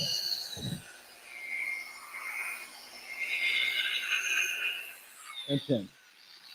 You can see the red paint turning off. That's how I would tackle a radius, small, thin panel without having to mess around with pad stalling. I could do it both ways. I just prefer just to do it. My philosophy is, this is going to sound bad. I want to go as fast as I can, so at some point I could go home. The way, if you were to take my class, what you'd hear me say is, I want to get in and get out. I want to do a good job. I just don't want to spend all day doing it. It takes a long time to go from start to finish. I want to do it as fast as I can while keeping my results pro grade. That's a cool looking car, isn't it? Okay, so the passenger side of the hood is done. I showed you the benefit to using a gear-driven tool. And again, let me just stress this. I mean, I don't care what pads you guys buy, but when you go up on edge, because there's a cutout here, this is going to bend backward and protect you so you don't get this lip or this backing plate into that curved area. So it's a nice feature. If you have a cylindrical pad, that means there's no cutout here. What happens is that pad will twist in. You go up on edge and now you're at risk. So I do really like the edge guard pads for that one reason. Another thing is they do make a lot of different foam formulas. I think in the edge guard line, they got a blue, they got a maroon, they got a black, blueberry, they got a yellow, they got a white, and about 6 different foam colors, which means 6 different foam formulas. Okay, so I've got this long linear panel that goes from the headlight beauty ring right here all the way up to the windshield. And another thing I like about a gear-driven tool is because it's got so much power, you can usually tackle a bigger area. And so let me see if I can just knock out this whole thing in one fell swoop. I'm going to come all the way up with the stick.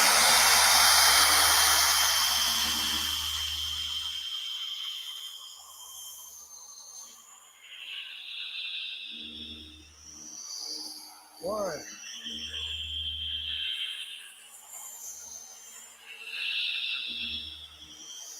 2.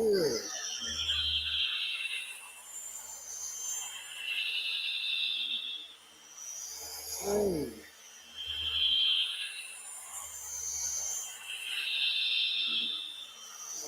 4.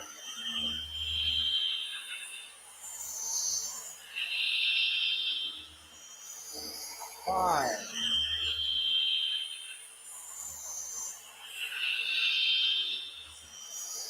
6.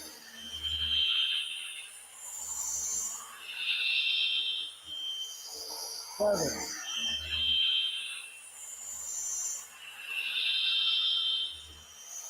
8.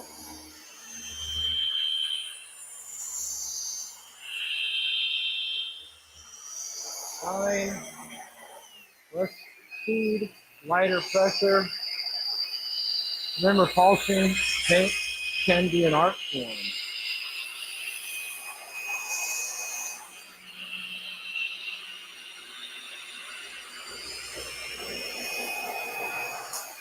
Okay, so there's 10 solid section passes. And then see this piece of trim?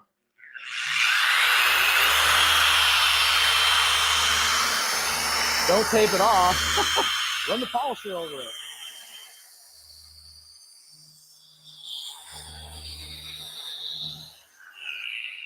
And brighten it up just like you're making the paint look beautiful. Now, that is the 8mm gear-driven Hercules forced rotation orbital polisher. And I thought I would just share with this. I've worked a lot with Flex. Flex has been very good to me over the years. I like their tools. I wouldn't just do things for them because they give me stuff for free. I actually like their tools. And I'm sad to say that the original XC3401 VRG, or AKA the Beast, has been discontinued worldwide. But that tool, retail price is like $560. Retail on this is $100. So if you're just a weekend warrior, here's a great way to get into a powerful polisher that'll tackle any kind of body panel without pad stalling, and spend $100. So we got another question. Sure. If there was one polisher to buy from Harbor Freight, which one would you go with? Oh, I would get the one I got right now. I think it takes a little more. It takes a little more muscle to manhandle it than a free spin. Any brand or any type of free spinning tool. A gear-driven polisher it has what they call a walking effect. And what that means is, it usually means you're not holding the pad flat to the surface. So because it's gear-driven, if you were to tilt this, okay, so only one portion of that pad is making contact, you're going to feel it pull on you. They call that the walking effect. As soon as you go flat, it goes away.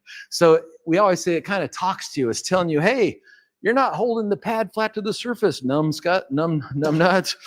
Change how you're holding the tool. Now, that said, a lot of times I go up on edge, like I just showed you, but I'm aware of how it's going to pull, so it doesn't catch me by surprise, but I'm able to knock out the edge without switching to another tool, okay? It's because it has a smaller backing plate and thus therefore small pad. Okay, so that is the 8mm gear-driven Harbor Freight Hercules forced rotation orbital polisher. This is one of my favorite tools. I named this, it's called the Supa, not super like Superman. It's the Supa Beast.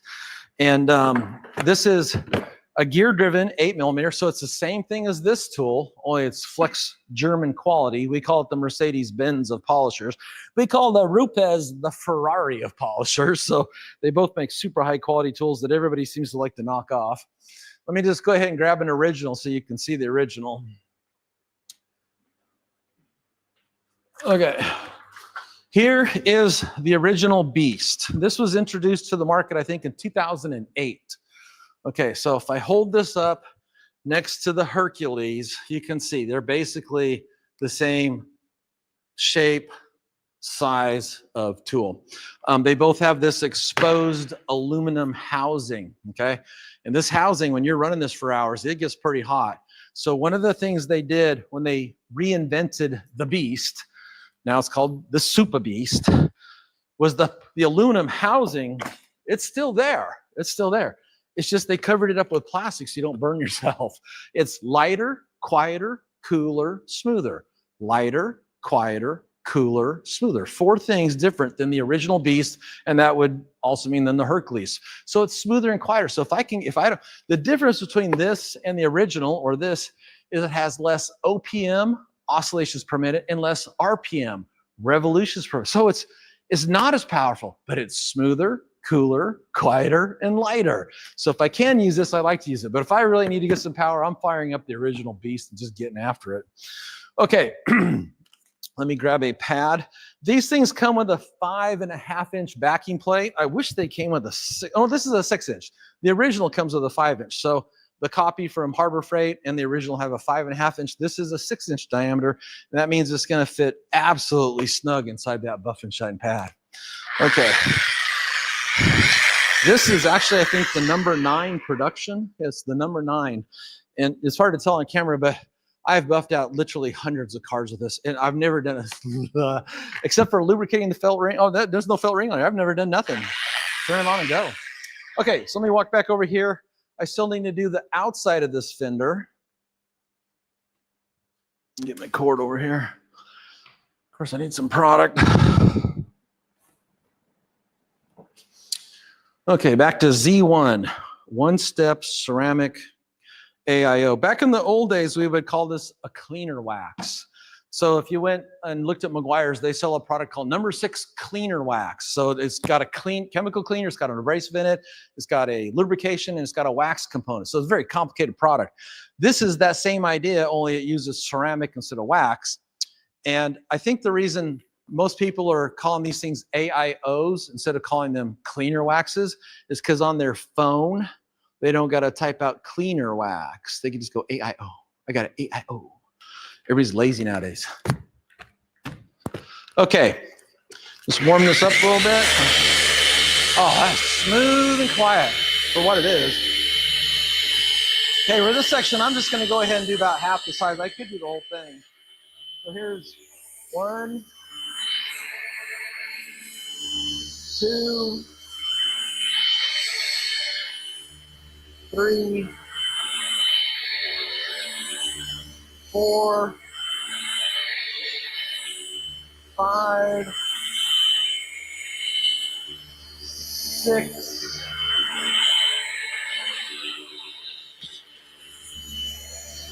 7, 5 to 12 is 8,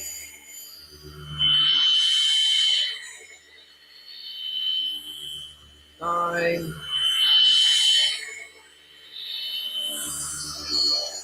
10 solid linear section passes. Let me go ahead and I'll save another tool for this fender over here. Anyway, awesome tool, one of my personal favorites. Sometimes people always say to me, Mike, if you could only pick one polisher, what polisher would you pick? And in fact, a guy just asked that, and I says, well, I'd probably at Harbor Freight go for the Hercules just because it's gear driven and it's only $100. But if the budget's not a factor, then I do like the original, the Flex Super Beast. My friend bought one of these. He says he has 300 hours on it, and the brushes for the motor wore out. He has not been able to find a source for the brushes. So something Harbor Freight, if you're watching this, you need to jump on that. Make those as a little plastic bag add-on you can buy at the store. Okay, so that's the Super Beast. Now, this is the Flex PXE80. So it's kind of like the same idea as the Nano. And you can see I've got a 3-inch extension on there. One of the things I like about theirs is they use this spring-loaded collar and all their tools, because this tool comes with a 3mm and a 12mm orbital drive unit, just like the Rupes Nano does. And it comes with a rotary drive unit. That's the rotary with an extension on it. But to attach it, you just pull this back, slide that in, release it, and you're locked in, good to go. With the Rupes, it comes with a little wrench. You got to finagle a little bit, but it's not that hard. You don't do it very often, so it's not a big deal. Okay, and then of course, battery operated. A couple things about this. Rupes went to market a little bit different. They got what's called a paddle lever. So you push this down. It's kind of like if you're holding the tool, you know, you would clamp your hand on there and it would be running. And then there's a speed dial adjustment for your RPM right there, RPM or OPM, depending on what drive unit you have. The Flex went to market a little bit different. They got what's called a rocker switch. And I know a lot of Americans hate this, but I think it's a law or regulation in Europe. And the idea being is if you got the rocker switch and then you drop the tool, it's supposed to turn the tool off. I've never noticed it to turn the tool off, just like it did it right there. But that was the theory behind it. But I know a lot of people don't like it. But what that means is you push it forward, and then you rock the switch down to lock it into place. What a lot of people do, I had a guy call me one time and says, Mike, this thing doesn't go very fast. You never push it all the way forward and locked it. It was just kind of like that. Big difference. Anyway, super nice little tool. Let me go ahead and just demonstrate that. And again, because this isn't, I rarely use the Nano or this with the orbital drive units, just because they're so anemic that they don't really do a whole lot of correction. But I love them for doing rotary work for like edge work or getting into tight areas or working thin panels. So there's what you do. You just put a little tiny product right in the middle. And let's come up here and let's see. Say I just wanted to kind of work around this beautiful chrome emblem. So I could turn this on. Oh, and then real quickly, whereas the Nano has a speed dial here, what they have is they got a digital control. So you turn this on, and you can adjust the speed just by pushing these buttons. And if you're on the 4 and you turn it off, it won't come back on the 4. It'll come back on the 3. The idea being to help you avoid splatter everywhere. Well, my friends all call me the splatter king, so I don't think that'll help. Okay, so then here's how this would work. You can come in here and just like a surgeon doing surgery, you can get right next to that chrome trim.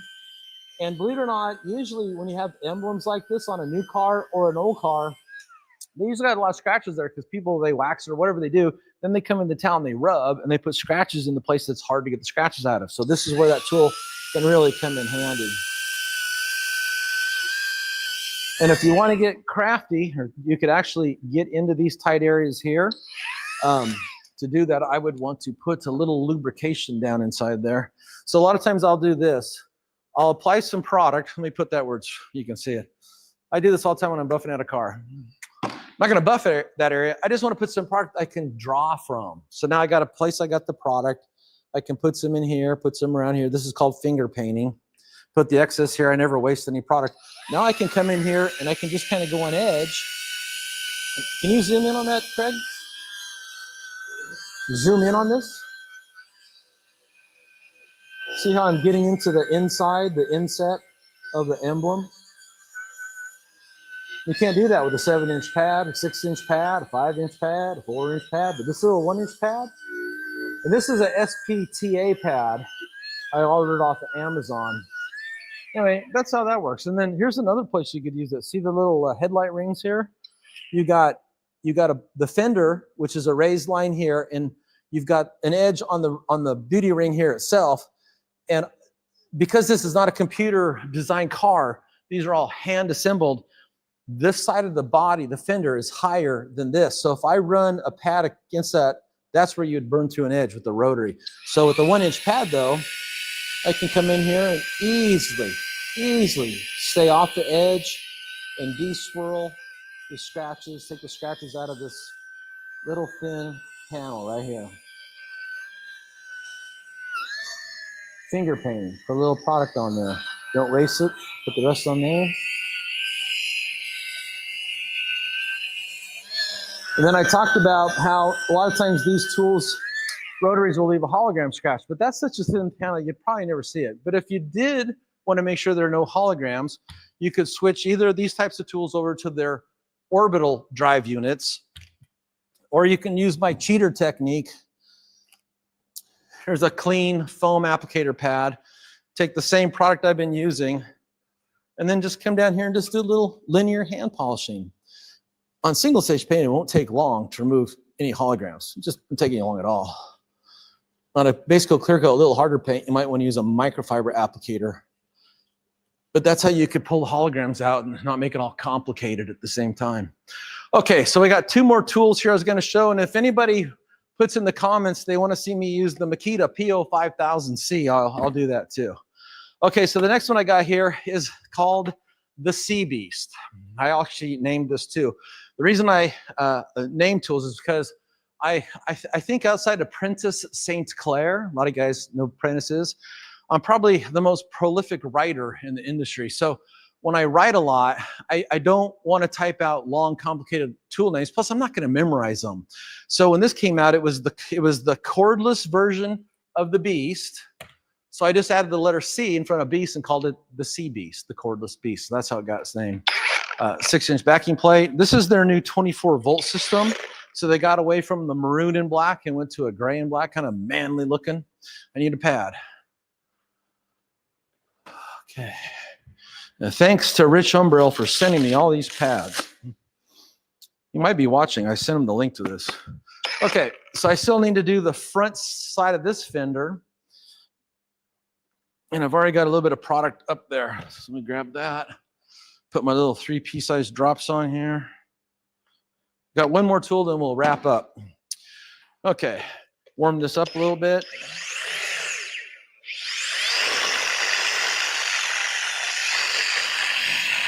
I'm not sure what the retail is on this, but I think it's around $700. Okay, that's speed 3. Kind of warmed it up. I've let the abrasive technology kind of migrate around the surface of the pad, so everything's lubricated. There's abrasives everywhere, so this thing's ready to go to work. I'm going to turn this on. This is what I was talking about earlier. This is so important with the cordless tool, but also with the corded tool. You want to learn how to use the lock button. So you pull the trigger in, lock it in place, so now you don't got to buff the whole time holding that trigger in. So but the important thing with the battery op tools now is you can come back here and support the power, the weight of the battery. Of course, this wouldn't apply to Ivan LaCroix's cordless buffer because they mounted the battery on the top, which I thought was a pretty ingenious idea. I have yet to try one of those things. Okay, so same kind of thing. I'm going to bring my speed all the way up to there's 6. I left off right here, so I need a pickup right there. 1, 2, 3, 4, 5, 6, 7, 8. There's 9 linear section passes. Bring my speed down to 5, light pressure. Kind of smooth over. Try to finish out as nice as I can. Then I'd have to drop down here and do this part of the fender. I'll save that for off camera though.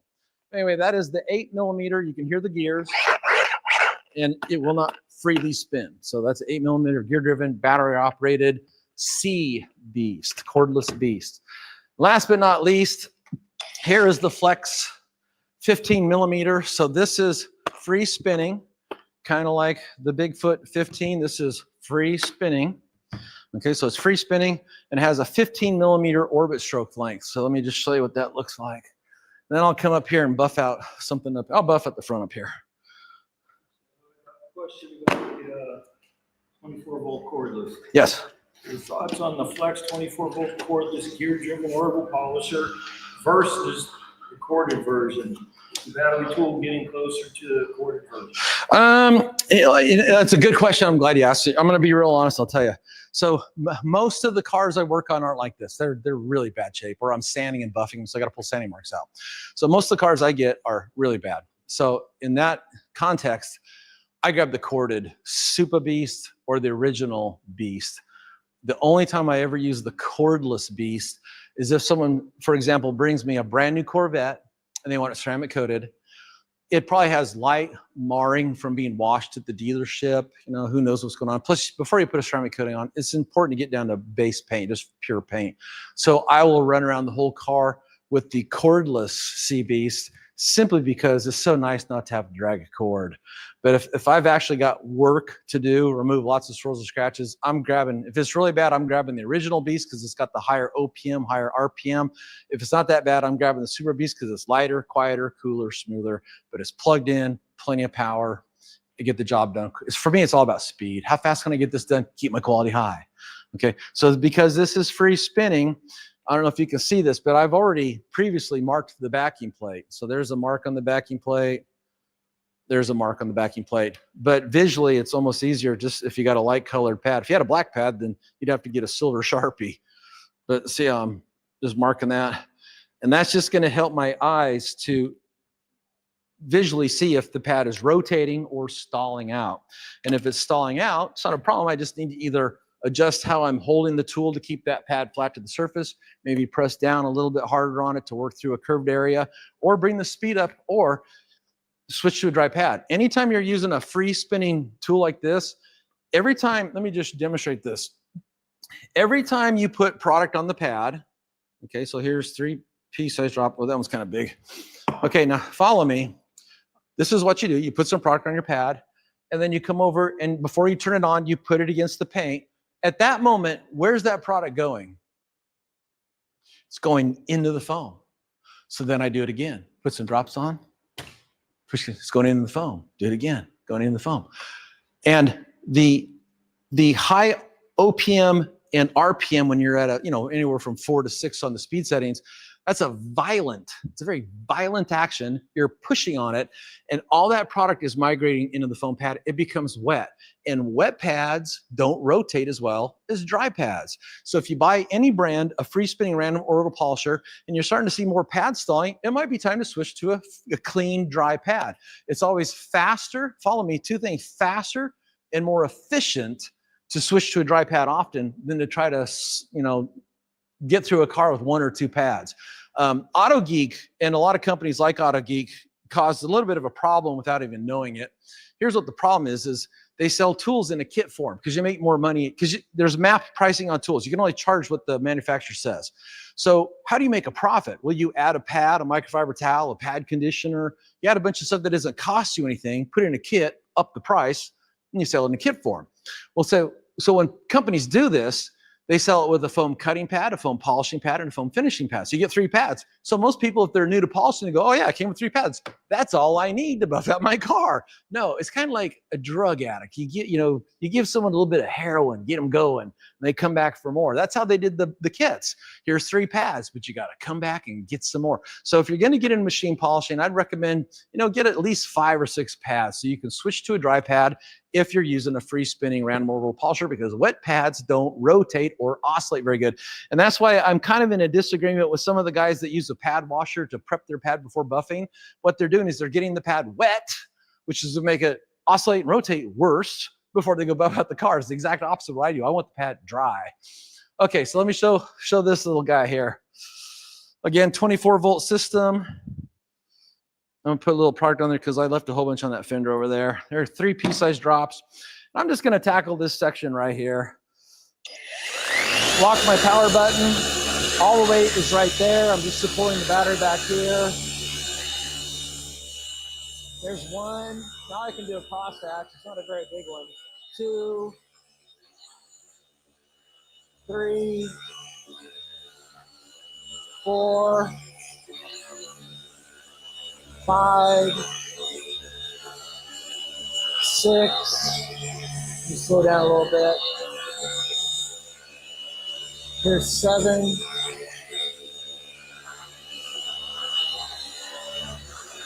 There's 8 solid section passes. If you remember, I took a rotary around this emblem. So technically that means there's probably holograms there. So this is where I could come in with this tool, maintain pad rotation, and come right up to that ring and pull my holograms out.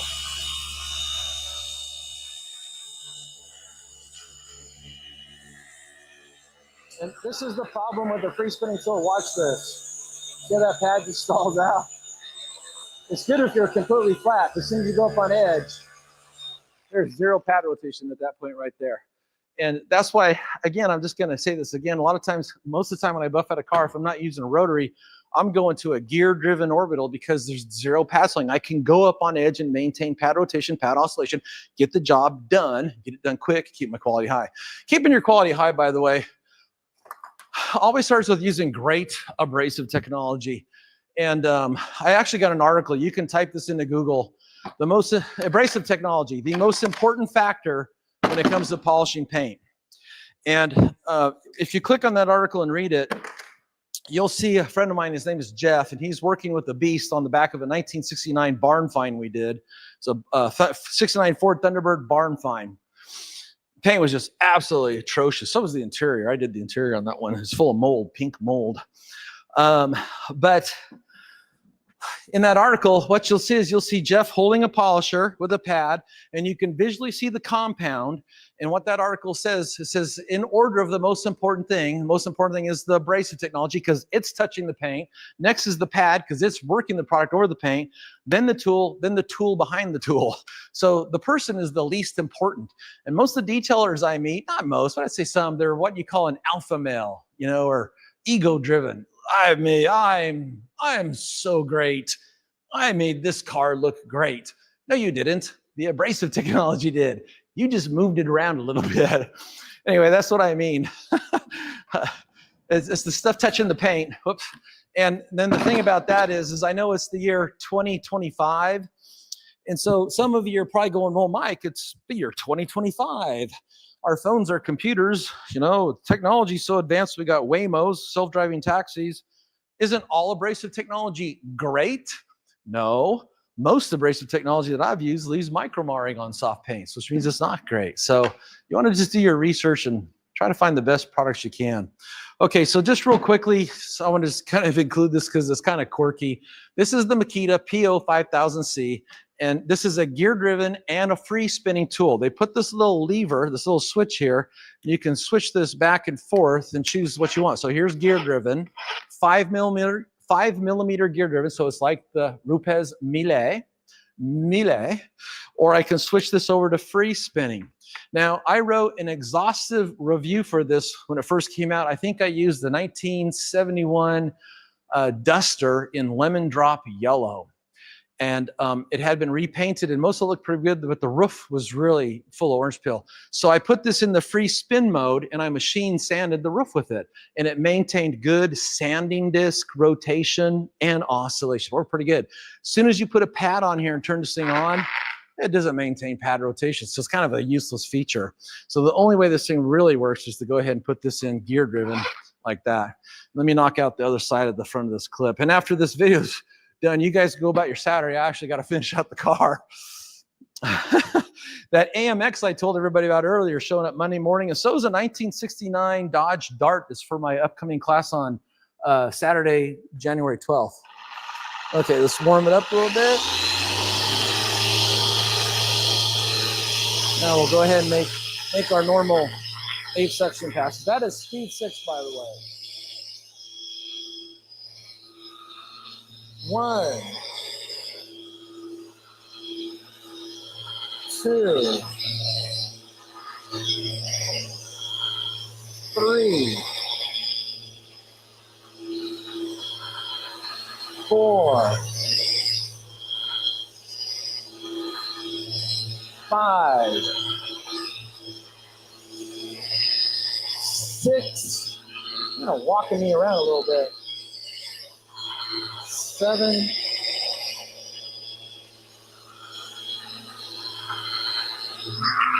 And there's 8. And another benefit to these edge guard pads is if you look right here where the front of this panel right here meets the curve of this headlight bucket, with a lot of pads, if you got too close to that, your backing plate would hit that paint. With this one, I've got plenty of foam pad in there protecting me. Anyway, there's the melee. And let me just go ahead and show you free spinning. Maybe my memory's bad, but now it's in free spinning mode. Let's see if it'll maintain pad oscillation. Not really.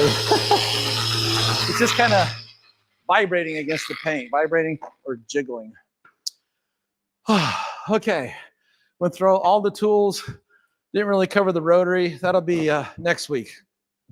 Next week coming up, in case anybody joined us late, This whole video today was basically an experiment. I was hoping someone would call in. In fact, there's still time for someone to call in so I can make sure this all works. This car, is that good, Craig? This car is showing up here Monday morning about 9:30 a.m. This is a 1969 AMC AMX, and it's a Craig Breedlove, who's a famous land speed record holder. It's a Craig Breedlove tribute car. So it's not one of the ones he actually raced. It's just a tribute to him, but it's still just cooler than heck. Okay, this thing just, in fact, I don't know if you can see this, but the markers are gone. The door handle's out. There's no glass. There's no trim. It just came out of the paint booth. The painter told me he put 5 coats of clear on here, so there's plenty for me to sand on. And the owner that has this, he's dropping it off because he trusts me. Thank you, James. He's bringing this down, and I'm going to make a video series showing, you know, how I do this. I mean, Jason Kilmer, my gosh, if he teaches a class, he's the Sandman. Go learn from him.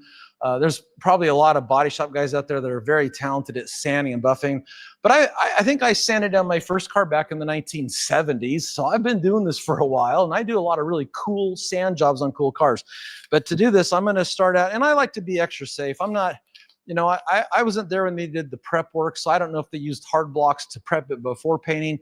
But if they didn't, I'm not going to come back with a hard block and block it out, because I will find the high spots, and that'll be a big mistake. So I'm going to use a flexible, this is actually a Meguiar's E7200. It's a rigid but flexible backing plate. It fits the back of the paper, and what you do is you kind of wrap this around, soak these in some water, and start sanding. So I'm going to go through the whole process to hand wet sand, to flatten down orange peel. I'm going to come back and show how to machine dry sand using the Eagle Abrasives sanding discs.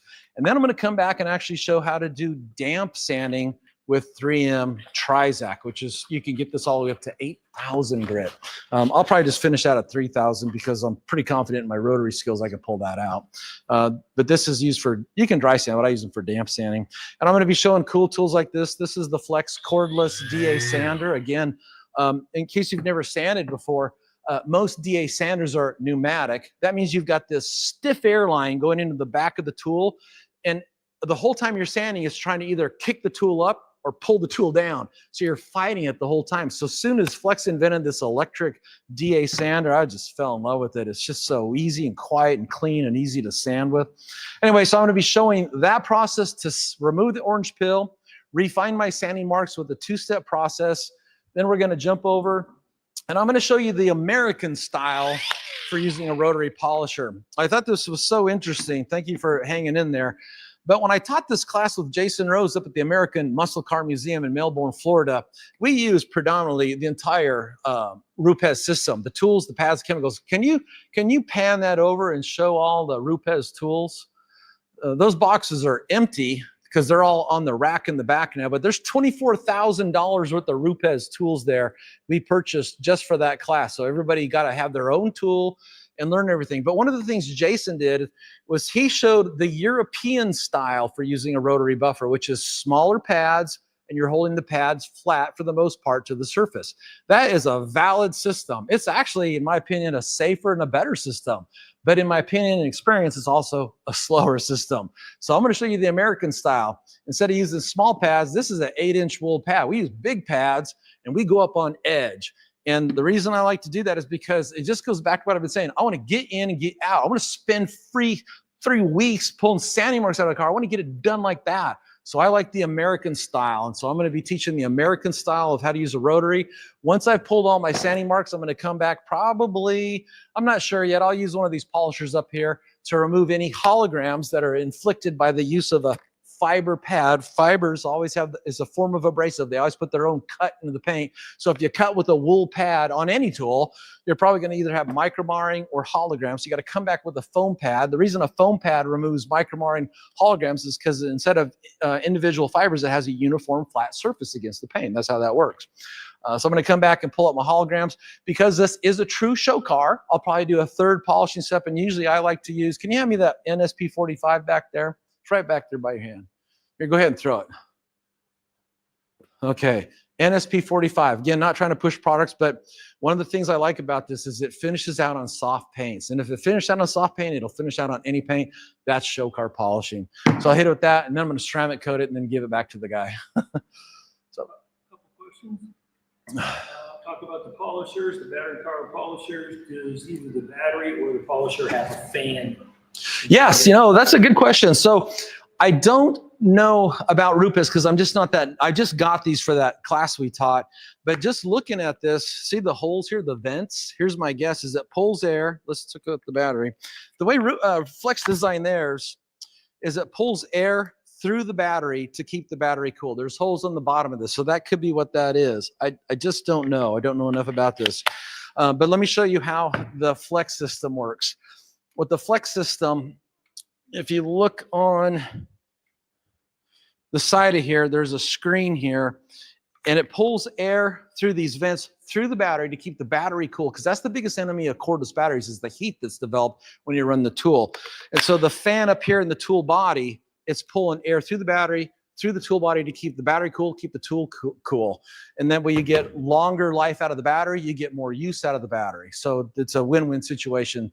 But I know that about the Flex. I don't know that, but I'm going to guess that's either a design or those are vent holes to pull air through. Last one. Do you blow your pads out after using, or just keep going until it's too saturated? I'll show you what I do. By the way, up on the doctor, I have a lot of how-to articles on the Dr. Beasley's blog. Can you pan all the way over here? So I have what you call a slop sink. Okay. Here's a slop sink. Okay. And so what I tend to do as a best practice, this is a tire cleaning brush, but you can see blue paint on there. I use this as a pad cleaning brush. So what I will do is when I'm done using a pad for the day, is I will take it off, and while it's still wet with product, so it hasn't dried and become like concrete, I'm going to take it over, turn the water on. I'm going to spray a little bit of my Grit Guard PRS pad, what do they call that? I just know it by PRS. Pad renewing solution. It's basically like an all-purpose cleaner, but man, if this doesn't clean the pad, nothing's going to clean the pad. Then I take this brush and I just scrub it under running water, and I get most of the stuff that's off there. And then at some point, I throw it in my washing machine and wash it. And keep in mind, when I talk about a washing machine, I'm not talking about a new washing machine or a front-loading washing machine. I purposely, every town has a company called A to Z Appliance Repair. So if you're going to bring up a detail shop, here's what you do. You call them up and you say, I want an old school top-loading washing machine that has an agitator that goes nuts. And that way you can throw anything in there and it's going to come out clean. A lot of the modern washers, they're good for cleaning like Victoria's Secrets underwear, but not pads like from a detail shop. So, but that's what I do. I hand wash them first, then I run a whole load through the wash machine, and then I either throw them in the dryer or I air dry them. There's actually a whole bunch of pads back there on top of the Rupes boxes that are just air drying.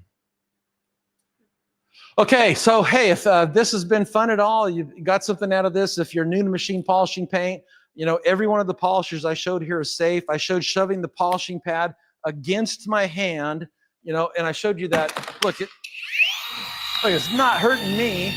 It's not gonna burn through your paint. They're very safe. And let me just share something else. I think in my second how-to detailing book, and I'm not going to make you go get that one, but one of the things I said is I went through, how to wash, how to clay, and now you're actually ready to start buffing. What do you do first? Well, I said if you're brand new, you've never polished out your own car, you got a four-door Honda Accord out there, you're going to buy a polisher and polish it out. The first time you do it, wash the car a day before. So wash it on a Friday. Get off work, wash your car. So the next day it's dry. Get up early Saturday morning and just go out and tackle the hood and the front fenders, or just the hood. And here's what that's going to do for you. You're going to get experience of what it's like to machine polish just a small area, hood, front, or front clip. And you're going to see what it's going to take. So the next time you go, okay, now I'm going to do the whole car, you know what you're getting into. Okay, so just tackle the front clip. And by the time most people polish the hood and the fenders with any type of tool, you start to get a feel for how to roll the body of the tool, how to put your product on, how to warm up the pad, get the product to migrate. You get all this stuff down. So the next time you'll be faster and more efficient. And I just want to do a self-promotion plug here. I have a class coming up, a one-day class coming up July 12th. And I've got some really cool cars to train on for that. You can get more information at drbeasleys.com. Look across the top of the webpage for something that says classes. Click on it, scroll all the way to the bottom. You'll find the dates and how to get signed up.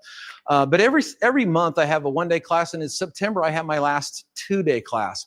The two-day class, I bring in things like that AMC AMX for you to sand on, or as I like to say, you get to learn how to sand and buff on some other dude's street rod or muscle car. Because most classes you use a demo hood or a little test panel. Nothing wrong with that. I used demo hoods and test panels for decades when I taught classes. But about 10 years ago, I just quit. Now I have such good relationships with all the local car guys that they know if I get to use their car for a class, they get a free wet sand cut and buff. They got to keep in mind, I got strangers, newbies doing this, but I watch over them. Craig, you've been to a whole bunch of my classes. There's never any mistakes, but they're very hands-on. There's no chairs in here. There's zero PowerPoint. There's really zero sitting. There's only a short lunch break. There's no like, hey, it's 10. If you need to take a smoke break at 10 or use the bathroom, go do it. I'm not stopping the class for that. And but we just work on cars and work with lots of cool tools and products. You learn a lot of techniques, and I do a brain dump through the whole thing. But my next class coming up is Saturday, July 12th. It's a one-day class. We start at 7:30 in the morning. So get here by 7 if you want a coffee and donut, because at 7:30, I clap my hands and we go work. We get to work on whatever the cars are. Besides that, thank you for watching. You know, and I always make my cell phone available. It's funny, I get people that call me from Albania and Russia. How do I remove swirls out of my car? Just don't call, after 6 p.m. because I'll get divorced if you do that. So Monday through Friday, banking hours. You got a question, give me a call, shoot me a text. Always happy to try to see you through to success in your garage. And I would just hope to see you in a future detailing class. And make sure you go to the Dr. Beasley's website and sign up for the newsletter so you can find out with this sanding projects coming up, because I believe we're going to be doing that like this. We're going to be doing it live. So as I'm sanding by hand, machine, using a rotary polisher, you got a question, I'll have my Bluetooth on. You can call and you get it answered right there. Thank you for watching, and I hope to see you at a future detailing class.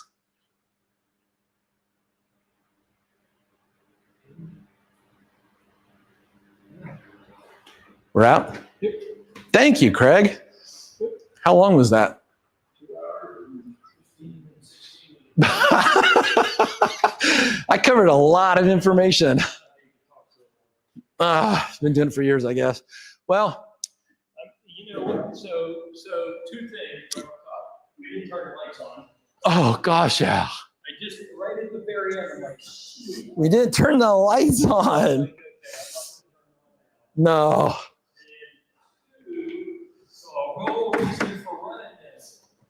Nobody called. I mentioned it a couple times. You should have called me. I don't know how the audio came through while you were running a machine. Yeah. I have no idea. Yeah. Well, that's something Nobody complained about, hey, I can't hear you. And usually people complain.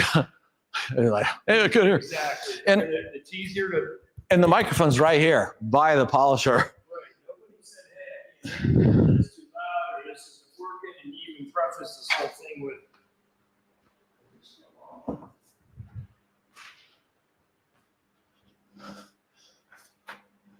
I hit end session or end stream. Oh, this just must be. Yeah, I hit that once. Here, watch this. Oh, probably is still going. Well, how do you get out of this thing?